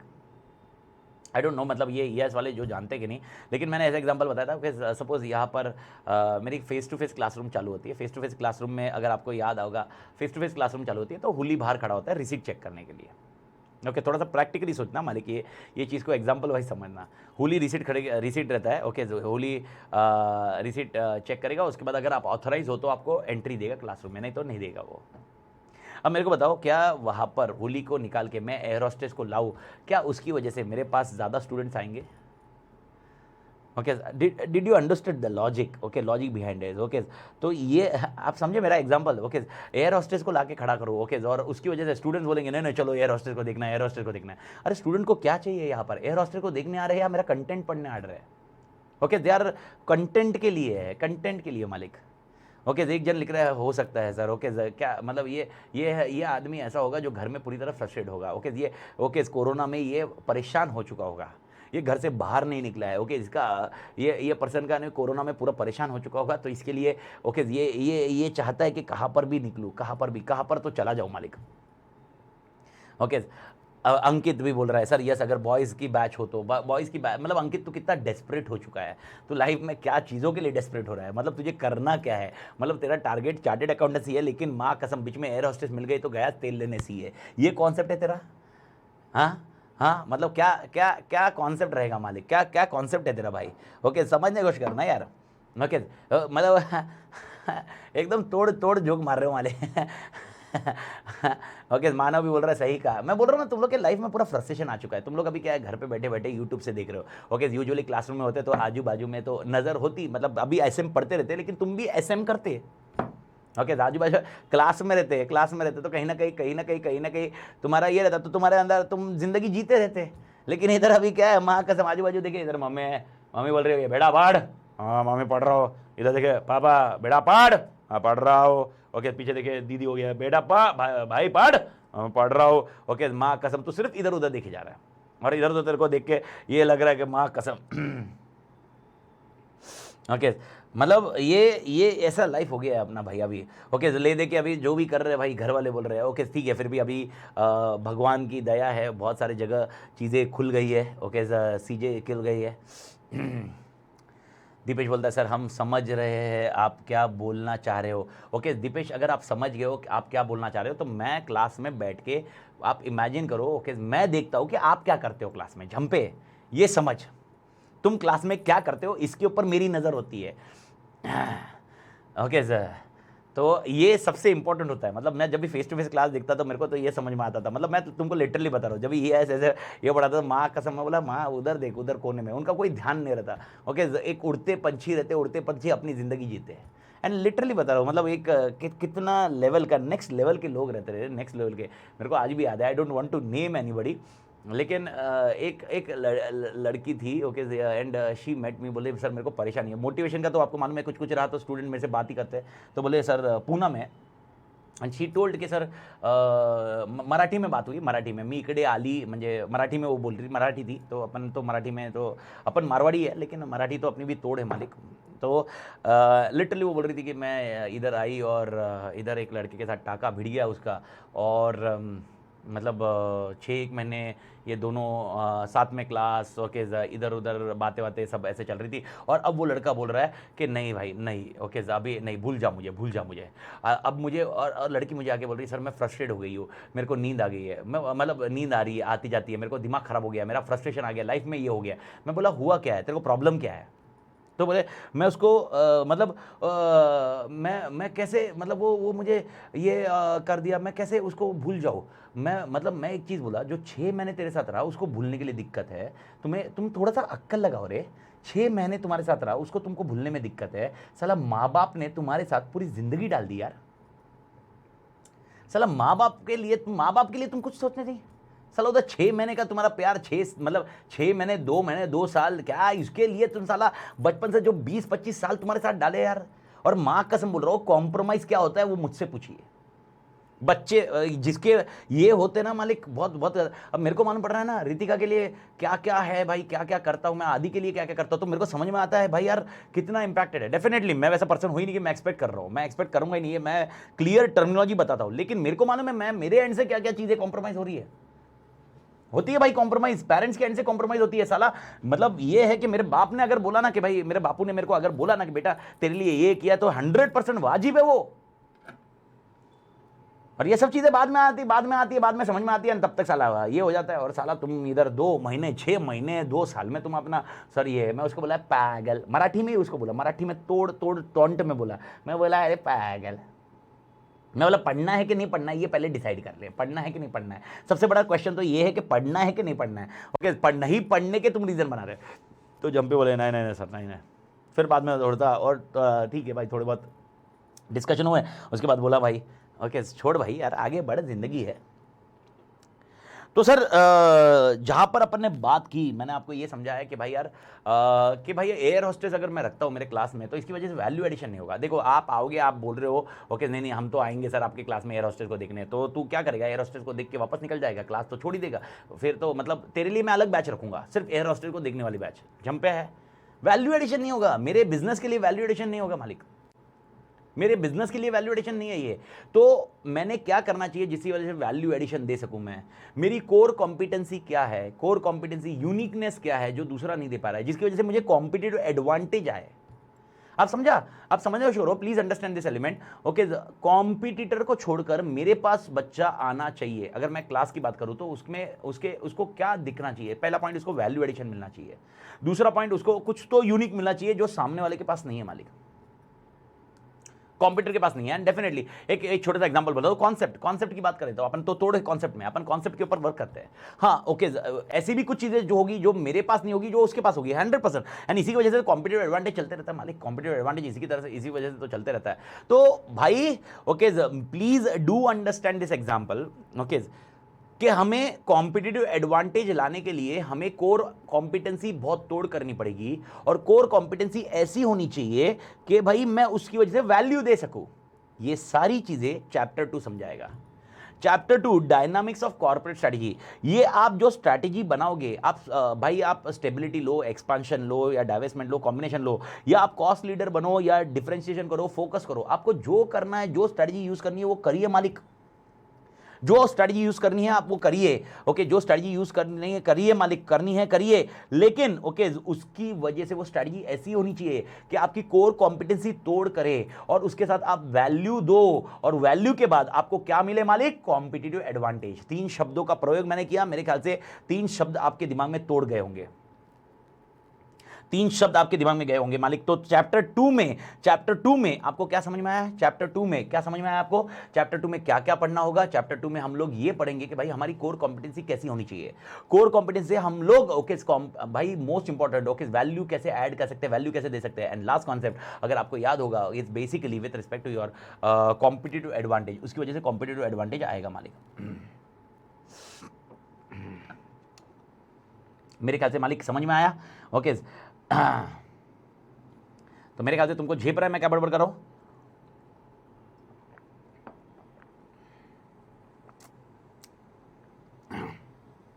ठीक है मालिक, तोड़ मालिक। तो आपको समझ में आ गया चैप्टर 2 में भी क्या पढ़ना है। तो चैप्टर 2 के इसमें अगर मैं बात करूं तो चैप्टर 2 में आप 3 चीजें क्या मार्क करोगे, 3 चीजें क्या लिखोगे ओके। पहले लिखोगे, आप लिखोगे core competency,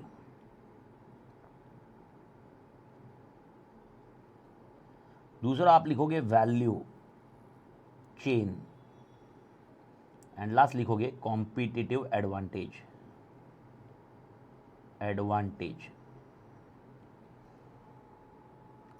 okay, chapter 1 3 okay 2 का कॉन्सेप्ट भी मैंने बता दिया, 4 5 6 मैंने बताई। 4 5 6 में हम लोग स्ट्रैटेजी बनाएंगे, 4 5 6 स्ट्रैटेजी बनाएंगे मालिक। 4 5 6 में हम स्ट्रैटेजी बनाएंगे। मेरे को बताओ स्ट्रैटेजी बनाना काफ़ी है या स्ट्रैटेजी को इंप्लीमेंट भी करना चाहिए? स्ट्रैटेजी बनाना काफ़ी है, स्ट्रैटेजी को इंप्लीमेंट भी करना चाहिए। ओके, स्ट्रैटेजी बनाना काफ़ी है, स्ट्रैटेजी को इंप्लीमेंट भी करना चाहिए। Give me A correct answer. माँ कसम तोड़, जो जिधर बैठा उधर आके पीटी का मालिक। ओके मुझे बताइए स्ट्रैटेजी बनानी काफ़ी है, उसको इंप्लीमेंट भी करनी पड़ेगी। Okay implement also. Okay can you give me an example. Okay एक जन का आंसर आया अभी तक, इंप्लीमेंट भी, और काफ़ी भी आ रहे हैं अभी इंप्लीमेंटेशन के लिए। तो अब मेरा क्वेश्चन ये है ओके, सपोज मैं किसी को एक्वायर करता हूँ ओके, एक किसी को एक्वायर करते हैं अपन, एक्वायर करते हैं, क्या ऐसा मैं बोल सकता हूँ ओके जिनको अपन एक्वायर करते हैं उनका कल्चर ओके उनका ऑर्गेनाइजेशन कल्चर और हमारा ऑर्गेनाइजेशन कल्चर सेम होगा या अलग अलग होगा? जिनको हम एक्वायर करते हैं ओके उनका ऑर्गेनाइजेशन कल्चर और हमारा ऑर्गेनाइजेशन कल्चर ओके मेरे को बताओ एक्वायर करना मतलब मेरी कौन सी स्ट्रैटेजी होगी? बेटा मैं वापस बता रहा हूँ, आराम से जाइए, घाई मत करिए। ओके एक्वायर करना मतलब मेरी स्ट्रैटेजी है एक्सपांशन, मैं एक्सपांड कर रहा हूँ, एक्सपांशन कर रहा तो अभी मैं स्ट्रैटेजी इंप्लीमेंट करूँगा। अब इंप्लीमेंट करूँगा तो उस ऑर्गेनाइजेशन का कल्चर अलग है, हमारे ऑर्गेनाइजेशन का कल्चर अलग है। Let me give an example, ये मेरे ख्याल से मैंने EIS में भी दिया हुआ है मालिक। ओके ये देखो कुछ कुछ चीज़ें एग्जाम्पल है, पर मैं ऐसा नहीं बोल रहा हूँ EIS में दे दिया उधर से ले लो, मैं वापस समझा रहा हूँ, लेकिन आपको याद आना चाहिए, रिकॉल होना चाहिए मालिक। आपको याद होगा 2007 में ओके 2007 2008 में okay HDFC bank okay Centurion bank of Punjab से मर्ज हुई, CBOP Centurion bank of Punjab. HDFC bank Centurion bank of Punjab से मर्ज हुई। ओके जब सेंचुरियन बैंक ऑफ पंजाब से वो मर्ज हुई तो उस टाइम पे उनके जो ब्रांचेस थे वो HDFC बैंक के टेक ओवर हो गए। कोई HDFC बैंक ने टेक ओवर किया मालिक, तो HDFC बैंक ने उनको टेक ओवर कर लिया मालिक। भारत माता की जय, समझ में आया?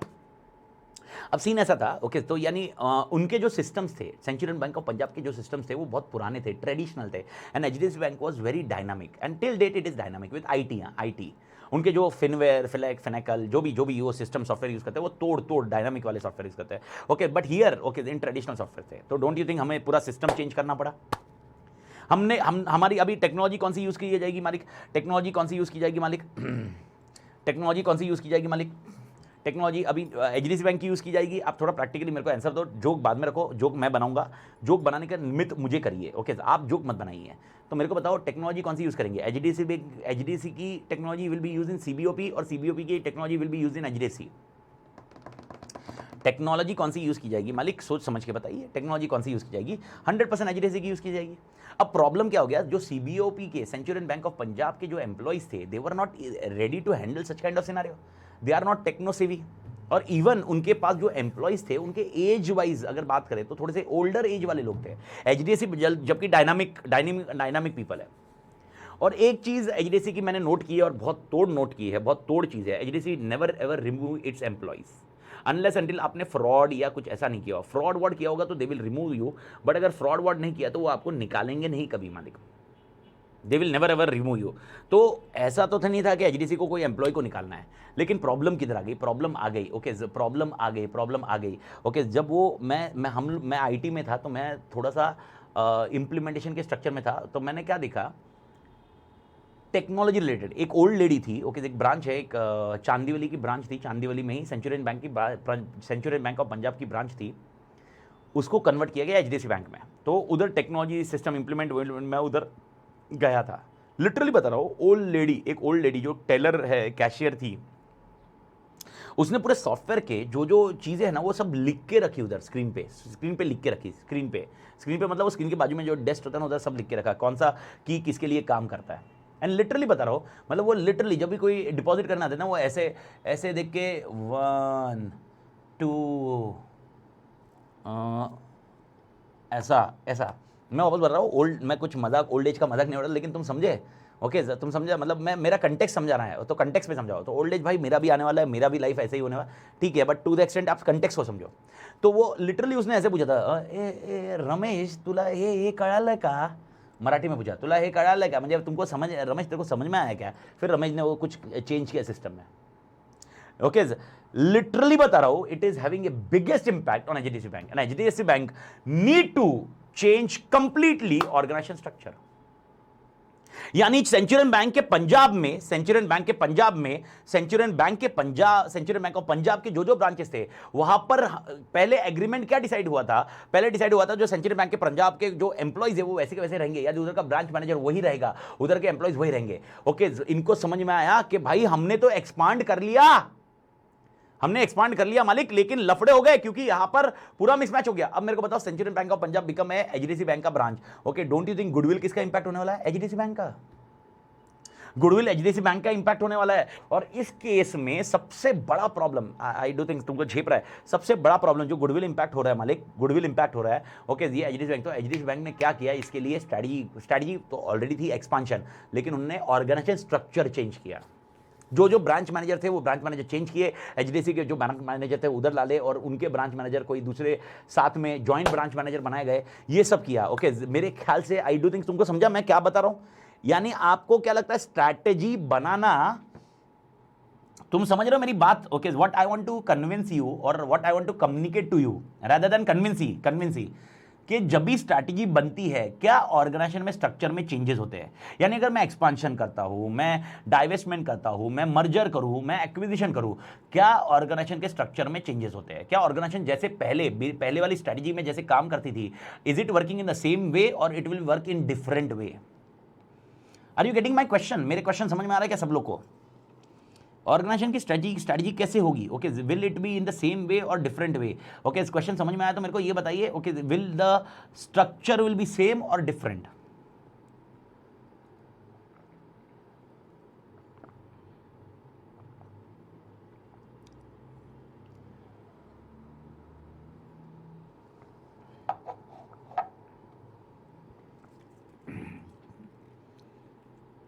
आकांक्षा का, मानव का आंसर आया डिफरेंट डिफरेंट डिफरेंट है।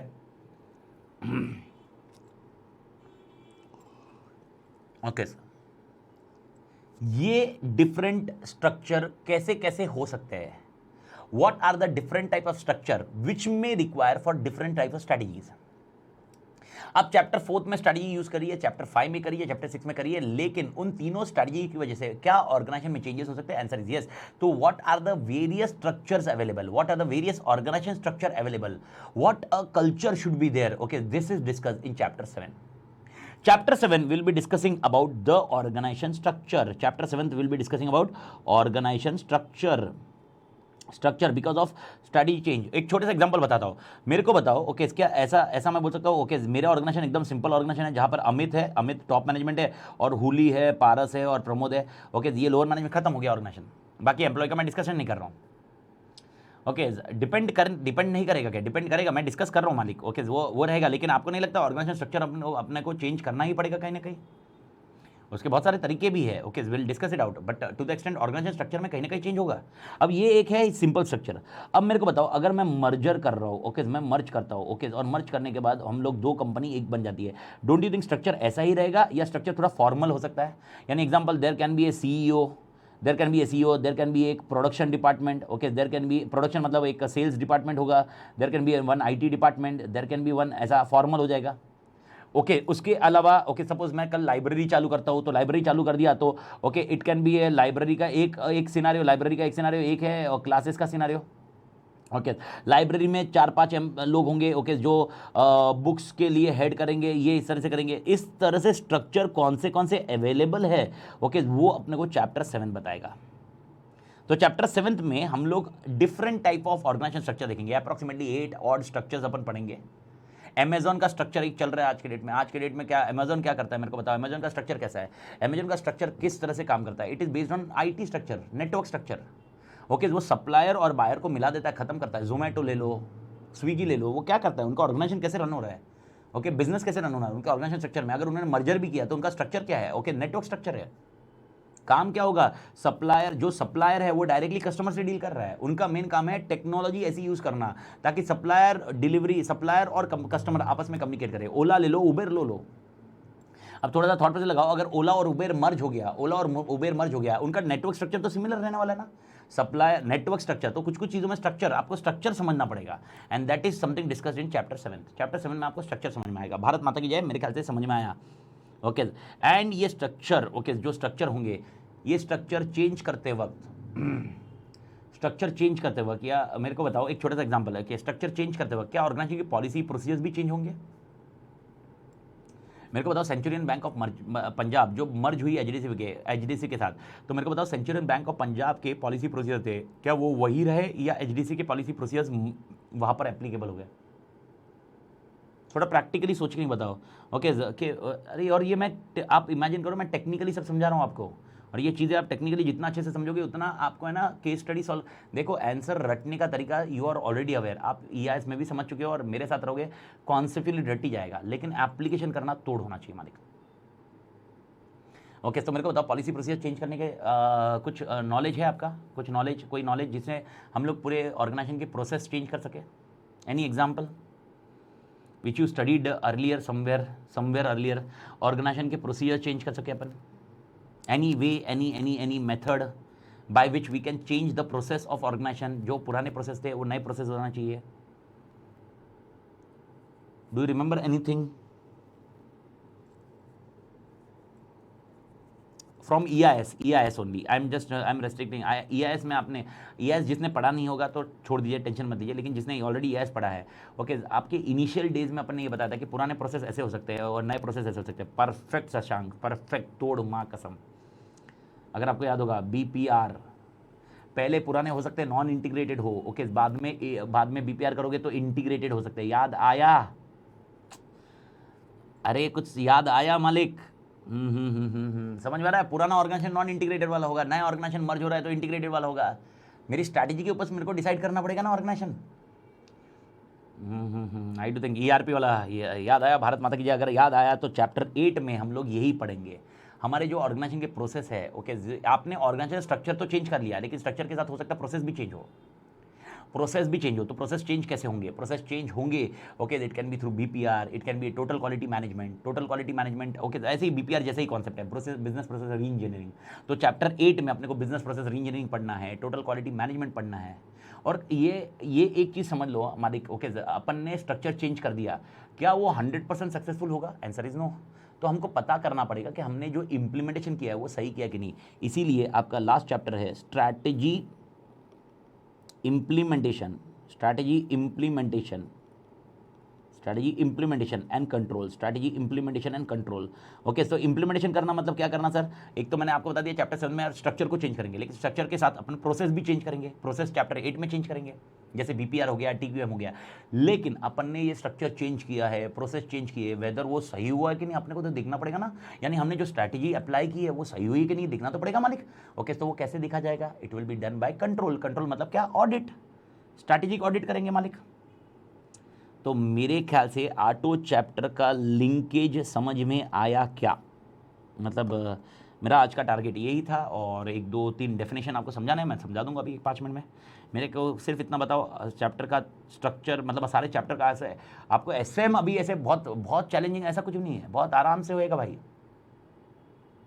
ओके, एकदम आराम से, मतलब ऐसे मैं चैप्टर बोलूँ तो आपको लॉजिक बैठना, अच्छा इसमें ये। इवन मैं बता रहा हूँ चैप्टर 7 चैप्टर 8 भी कोई कुछ भी बोले, ओके, माँ कसम टेंशन नहीं लेने का मालिक, सब कुछ आता भाई। ओके, इवन आपको मैं बता रहा हूँ, सिर्फ आपने क्या करना है वो आपने ध्यान रखना है। बिकॉज मेरे को बहुत सारे फीडबैक्स अभी क्या मिल रहे हैं, फीडबैक्स मतलब फीडबैक से ज़्यादा क्वेरीज आ रही है कुछ, मतलब बहुत सारी क्वेरीज में, सर रिवाइज कैसे करें हम लोग? ओके, EIS अपना खत्म हो गया, रिवाइज कैसे करें? मैं हमेशा अप्रोच एक बताता हूँ, ओके, कि मैंने आपको रिवीजन लेक्चर रिकॉर्ड करके दे दिया है, वो रिवीजन लेक्चर देखिए, उसके बाद अपने नोट्स पढ़िए, और उसके बाद वापस रिवीजन लेक्चर देखिए। ये अप्रोच भूलिए मत मालिक, ये अप्रोच को स्टिक रही है। ओके, डेफिनेटली EIS का मेरा चैप्टर 4 का रिवीजन बाकी है, प्रोबेबली नेक्स्ट वीक, मतलब जो कमिंग वीक, मतलब अगले वीक जैसे मैंने बताया ऑडिट के बैच में भी, कि हम लोग flow charts and other thing, वो क्वेश्चन आंसर मैं लाइव सॉल्व करूँगा, लाइव यूट्यूब पे ही रहूँगा मैं। तो जो ऑल टुगेदर यूट्यूब वाले स्टूडेंट्स चाहिए तो नेक्स्ट वीक यानी 17-18 के बाद, 17-18 तारीख के बाद, 18th प्रोबेबली, उसके बाद मैं यूट्यूब पे लाइव में फ्लो चार्ट्स भी लेने वाला हूँ, और मैं क्वेश्चन आंसर्स भी डिस्कस करने वाला हूँ, इंटीग्रेटेड केस स्टडीज़ भी डिस्कस करेंगे मालिक। तो उस टाइम पे वो रिवीजन लेक्चर मैं रिकॉर्ड कर लूँगा मालिक। रिवीजन लेक्चर रिकॉर्ड करना कोई बहुत बड़ी 4A और 3B और 3C का, और 3C का भी मैं यूट्यूब पे लाइव थोड़ा सा, वो 3C का जो ऑडिट ऑफ अदर कंट्रोल्स है, जो मैं यूजुअली अवॉइड करने बोलता हूँ, और वो अभी भी अवॉइड करने बोलूँगा मैं मालिक। लेकिन चाहिए तो मैं रिकॉर्ड करवा दूंगा आपके, वो रिकॉर्ड कर लेंगे, जिसको आप एक बार गो थ्रू करना है तो गो थ्रू कर लेना मालिक, यूट्यूब पे ही कर लेंगे मालिक सारा का सारा। तो 18-19 के बाद ओके अपन यूट्यूब पे ही आएंगे उस पॉइंट के लिए, वो कर लेंगे, लेकिन अप्रोच आपका ऐसा होना चाहिए। ओके, तो एक बार इसको फटाफट कॉपी कर लीजिए मालिक। ओके, ये जो है आप लिख लीजिए। ओके, ये मेरे पास होना चाहिए। सर इनके कितने मार्क्स मैं एलोकेट करूँ? ओके, आप यहाँ पर कोई मार्क्स एलोकेट करने का अभी कोई प्रोसेस मत करो, जैसे जैसे कोई चैप्टर मतलब चैप्टर चालू होगा, जहाँ से मेरे को इंपॉर्टेंट होगा वहाँ से मैं मार्क्स एलोकेशन आपको बता दूंगा कि पोर्शन का कैसे मार्क्स एलोकेशन कैसे रहेंगे मालिक। तो एक बार 2 मिनट में फटाफट कॉपी कर लीजिए, फिर अपन चालू करते हैं एक चैप्टर। उसका स्ट्रक्चर मैं बना देता हूँ। ओके, किसका? चैप्टर 1 का स्ट्रक्चर बना देता हूँ। जय ग्रुप में स्क्रीन शेयर करूँगा, लेकिन लिख लेना थोड़ा सा, 2 मिनट में क्या जाएगा। ओके, थोड़ा सा लिख लेगा तो कीवर्ड्स बैठ जाएंगे। शीट तो शेयर करेंगे, अभी ये शीट थोड़ा शेयर करूँगा, पहली वाली शीट क्या बेसिक शीट है यार। ओके, शीट कहाँ से शेयर करना चालू करूँगा? ओके, जैसे ही चैप्टर 1 पूरा खत्म होता है, मतलब चैप्टर 1 होता है, और यूजुअली ना मैं थोड़ा सा एक ये चीज़ बता रहा हूँ कि शीट को अपन थोड़ा सा अवॉइड करते हैं। जब तक चैप्टर खत्म नहीं होता ना तब तक शीट शेयर करना एक चैलेंज क्या है मालूम क्या? ओके वो शीट शेयर हो जाती है पर वो मल्टीपल शीट्स हो जाती है, फिर वो कन्फ्यूजन हो जाता है स्टूडेंट्स के इसमें। वो मसाला मेरे को ही पूछते हैं या प्रमोद को पूछते हैं। उससे अच्छा ओके चैप्टर खत्म होने दो, चैप्टर खत्म होते ही एक शीट एक ही वर्जन रहेगा फिर, है ना मालिक? तोड़ मालिक। तो introduction to SM, dynamics of corporate strategy. Sir क्या हम टेक्स्ट बुक लेके बैठे हैं? तुम्हारी मर्जी, टेक्स्ट बुक को लेके बैठना, पर टेक्स्ट बुक अवॉइड ही करोगे तो बेटर ऑप्शन है। ओके जैसे ही आप जानते ही हो कि टेक्स्ट बुक्स के इसमें अपन वो आप बाद में करो मालिक। ओके टेक्स्ट बुक्स को अब जैसे ही अपना लेक्चर खत्म होता है मतलब 2:30 के बाद आप टेक्स्ट बुक को देखा करो। इनिशियल मैंने आपको ऑलरेडी बता दिया 7-8 डेज़ अपन यही टाइमिंग तक लेंगे और उसके थर्ड वीक से अपन थोड़ा सा टाइमिंग बढ़ा देंगे। ओके ये सिनारियो रहेगा। तो भारत माता की जय। ओके सब लोग तोड़। तो मेरे ख्याल से सब लोग को स्क्रीन पे दिख गया। स्ट्रैटेजीज याद रह गई होगी, कुछ कुछ चीज़ें याद रहेगी। ऑर्गेनाइजेशन स्ट्रक्चर सबसे इंपॉर्टेंट पॉइंट है। ऑर्गेनाइजेशन स्ट्रक्चर के ऊपर बात करेंगे, उसके अंदर स्ट्रैटेजिक लीडरशिप कैसे होती है, क्या होता है।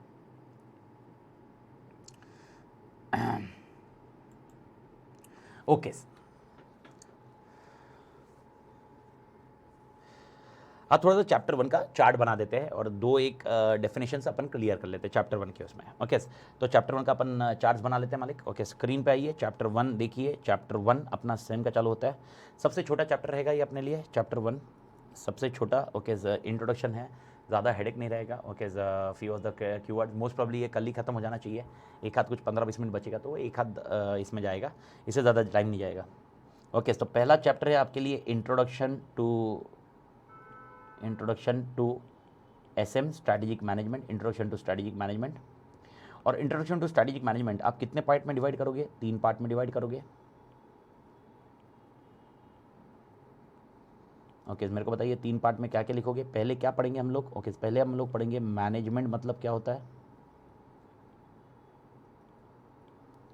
दूसरा हम लोग पढ़ेंगे स्ट्रैटेजी मतलब क्या होता है। एंड तीसरा हम लोग पढ़ेंगे स्ट्रैटेजिक मैनेजमेंट में। ओके स्ट्रैटेजिक मैनेजमेंट मतलब क्या होता है। मैं पहले चार्ट बना दे रहा हूँ, एक बार चार्ट देख लो उसके बाद चार्ट बना लो। स्ट्रैटेजिक मैनेजमेंट के अंदर अगर आप देखोगे तो स्ट्रैटेजिक मैनेजमेंट के अंदर मल्टीपल क्वेश्चंस रहेंगे, एसएम के अंदर मल्टीपल क्वेश्चन रहेंगे। तो मैं एसएम के अंदर मल्टीपल क्वेश्चन की सीरीज बना रहा हूँ। ओके स्क्रीन पे ध्यान दीजिए। सबसे पहला हम लोग पढ़ेंगे ऑब्जेक्टिव ऑफ स्ट्रैटेजिक मैनेजमेंट। दूसरा आप लोग पढ़ेंगे okay what is a importance और benefits of strategic management. Okay importance और बेनिफिट्स ऑफ एसएम। उसके बाद हम लोग पढ़ेंगे लिमिटेशंस ऑफ एसएम।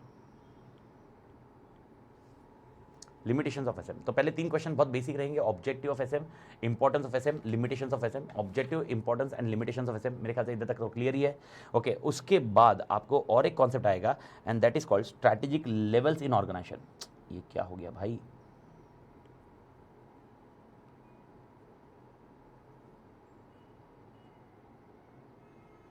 उसके बाद आएगा strategic levels in organisation.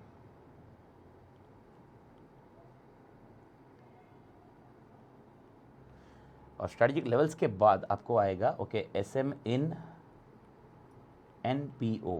Okay non profit organization में स्ट्रैटेजिक मैनेजमेंट यूज कर सकते हैं क्या? ये सारे क्वेश्चन अपने चैप्टर 1 के रहेंगे। ये सारे क्वेश्चन अपने को चैप्टर 1 में देखने होंगे मालिक। ओके और स्ट्रैटेजिक लेवल्स के अंदर ओके एक छोटा सा क्वेश्चन अपने को और मिलेगा। ओके स्ट्रैटेजिक लेवल्स कितने हो सकते हैं मेरे को कोई बताएगा? How many levels are there in strategic management. Okay strategic levels organization में जो स्ट्रैटेजिक लेवल्स होते हैं वो कितने होते हैं? ये अपन डिस्कस कर चुके हैं मालिक। स्ट्रैटेजिक लेवल्स कितने होंगे मालिक? ओके ऑर्गेनाइजेशन में स्ट्रैटेजिक लेवल्स कितने होंगे मालिक? 3 रहेंगे। ओके अगर आपको याद है तो corporate level, okay business level and functional level. यहाँ पर स्ट्रैटेजिक लेवल के अंदर और एक एडिशनल क्वेश्चन रहेगा। ये तो 3 है जो समझा चुका हूँ, वही है रिपीट, खाली कीवर्ड्स में आपको हाईलाइट करूंगा जैसे अपन चार्ट्स में बनाते हैं। बाकी उसमें कोई कॉन्सेप्ट थोड़ा रहेगा, या कॉन्सेप्ट मैं समझा चुका हूँ इसमें। ओके तो इसके अंदर ओके आपको रहेगा रोल्स ऑफ कॉर्पोरेट लेवल। तो कॉर्पोरेट लेवल का रोल्स क्या है? ओके तो ये भी अपने लिए डिस्कशन पॉइंट रहेगा। तो स्क्रीन पे देखते हैं मालिक। ओके यहाँ पर अपन देखते हैं मैनेजमेंट में ओके, तो चैप्टर 1 को डिवाइड करोगे अपन 3 पार्ट में, एक होगा मैनेजमेंट, एक होगी स्ट्रैटेजी, ओके, एक होगा स्ट्रैटेजिक मैनेजमेंट। स्ट्रैटेजिक मैनेजमेंट में 5 चीज़ों में डिवाइड करोगे, एक होगा ऑब्जेक्टिव्स, एक होगा इंपॉर्टेंस, एक होगा लिमिटेशंस, उसके बाद होगा लेवल, ओके, स्ट्रैटेजिक लेवल्स, और उसमें है कॉर्पोरेट लेवल का रोल, एंड लास्ट कॉन्सेप्ट होगा strategic management in NPO, non profit organisation.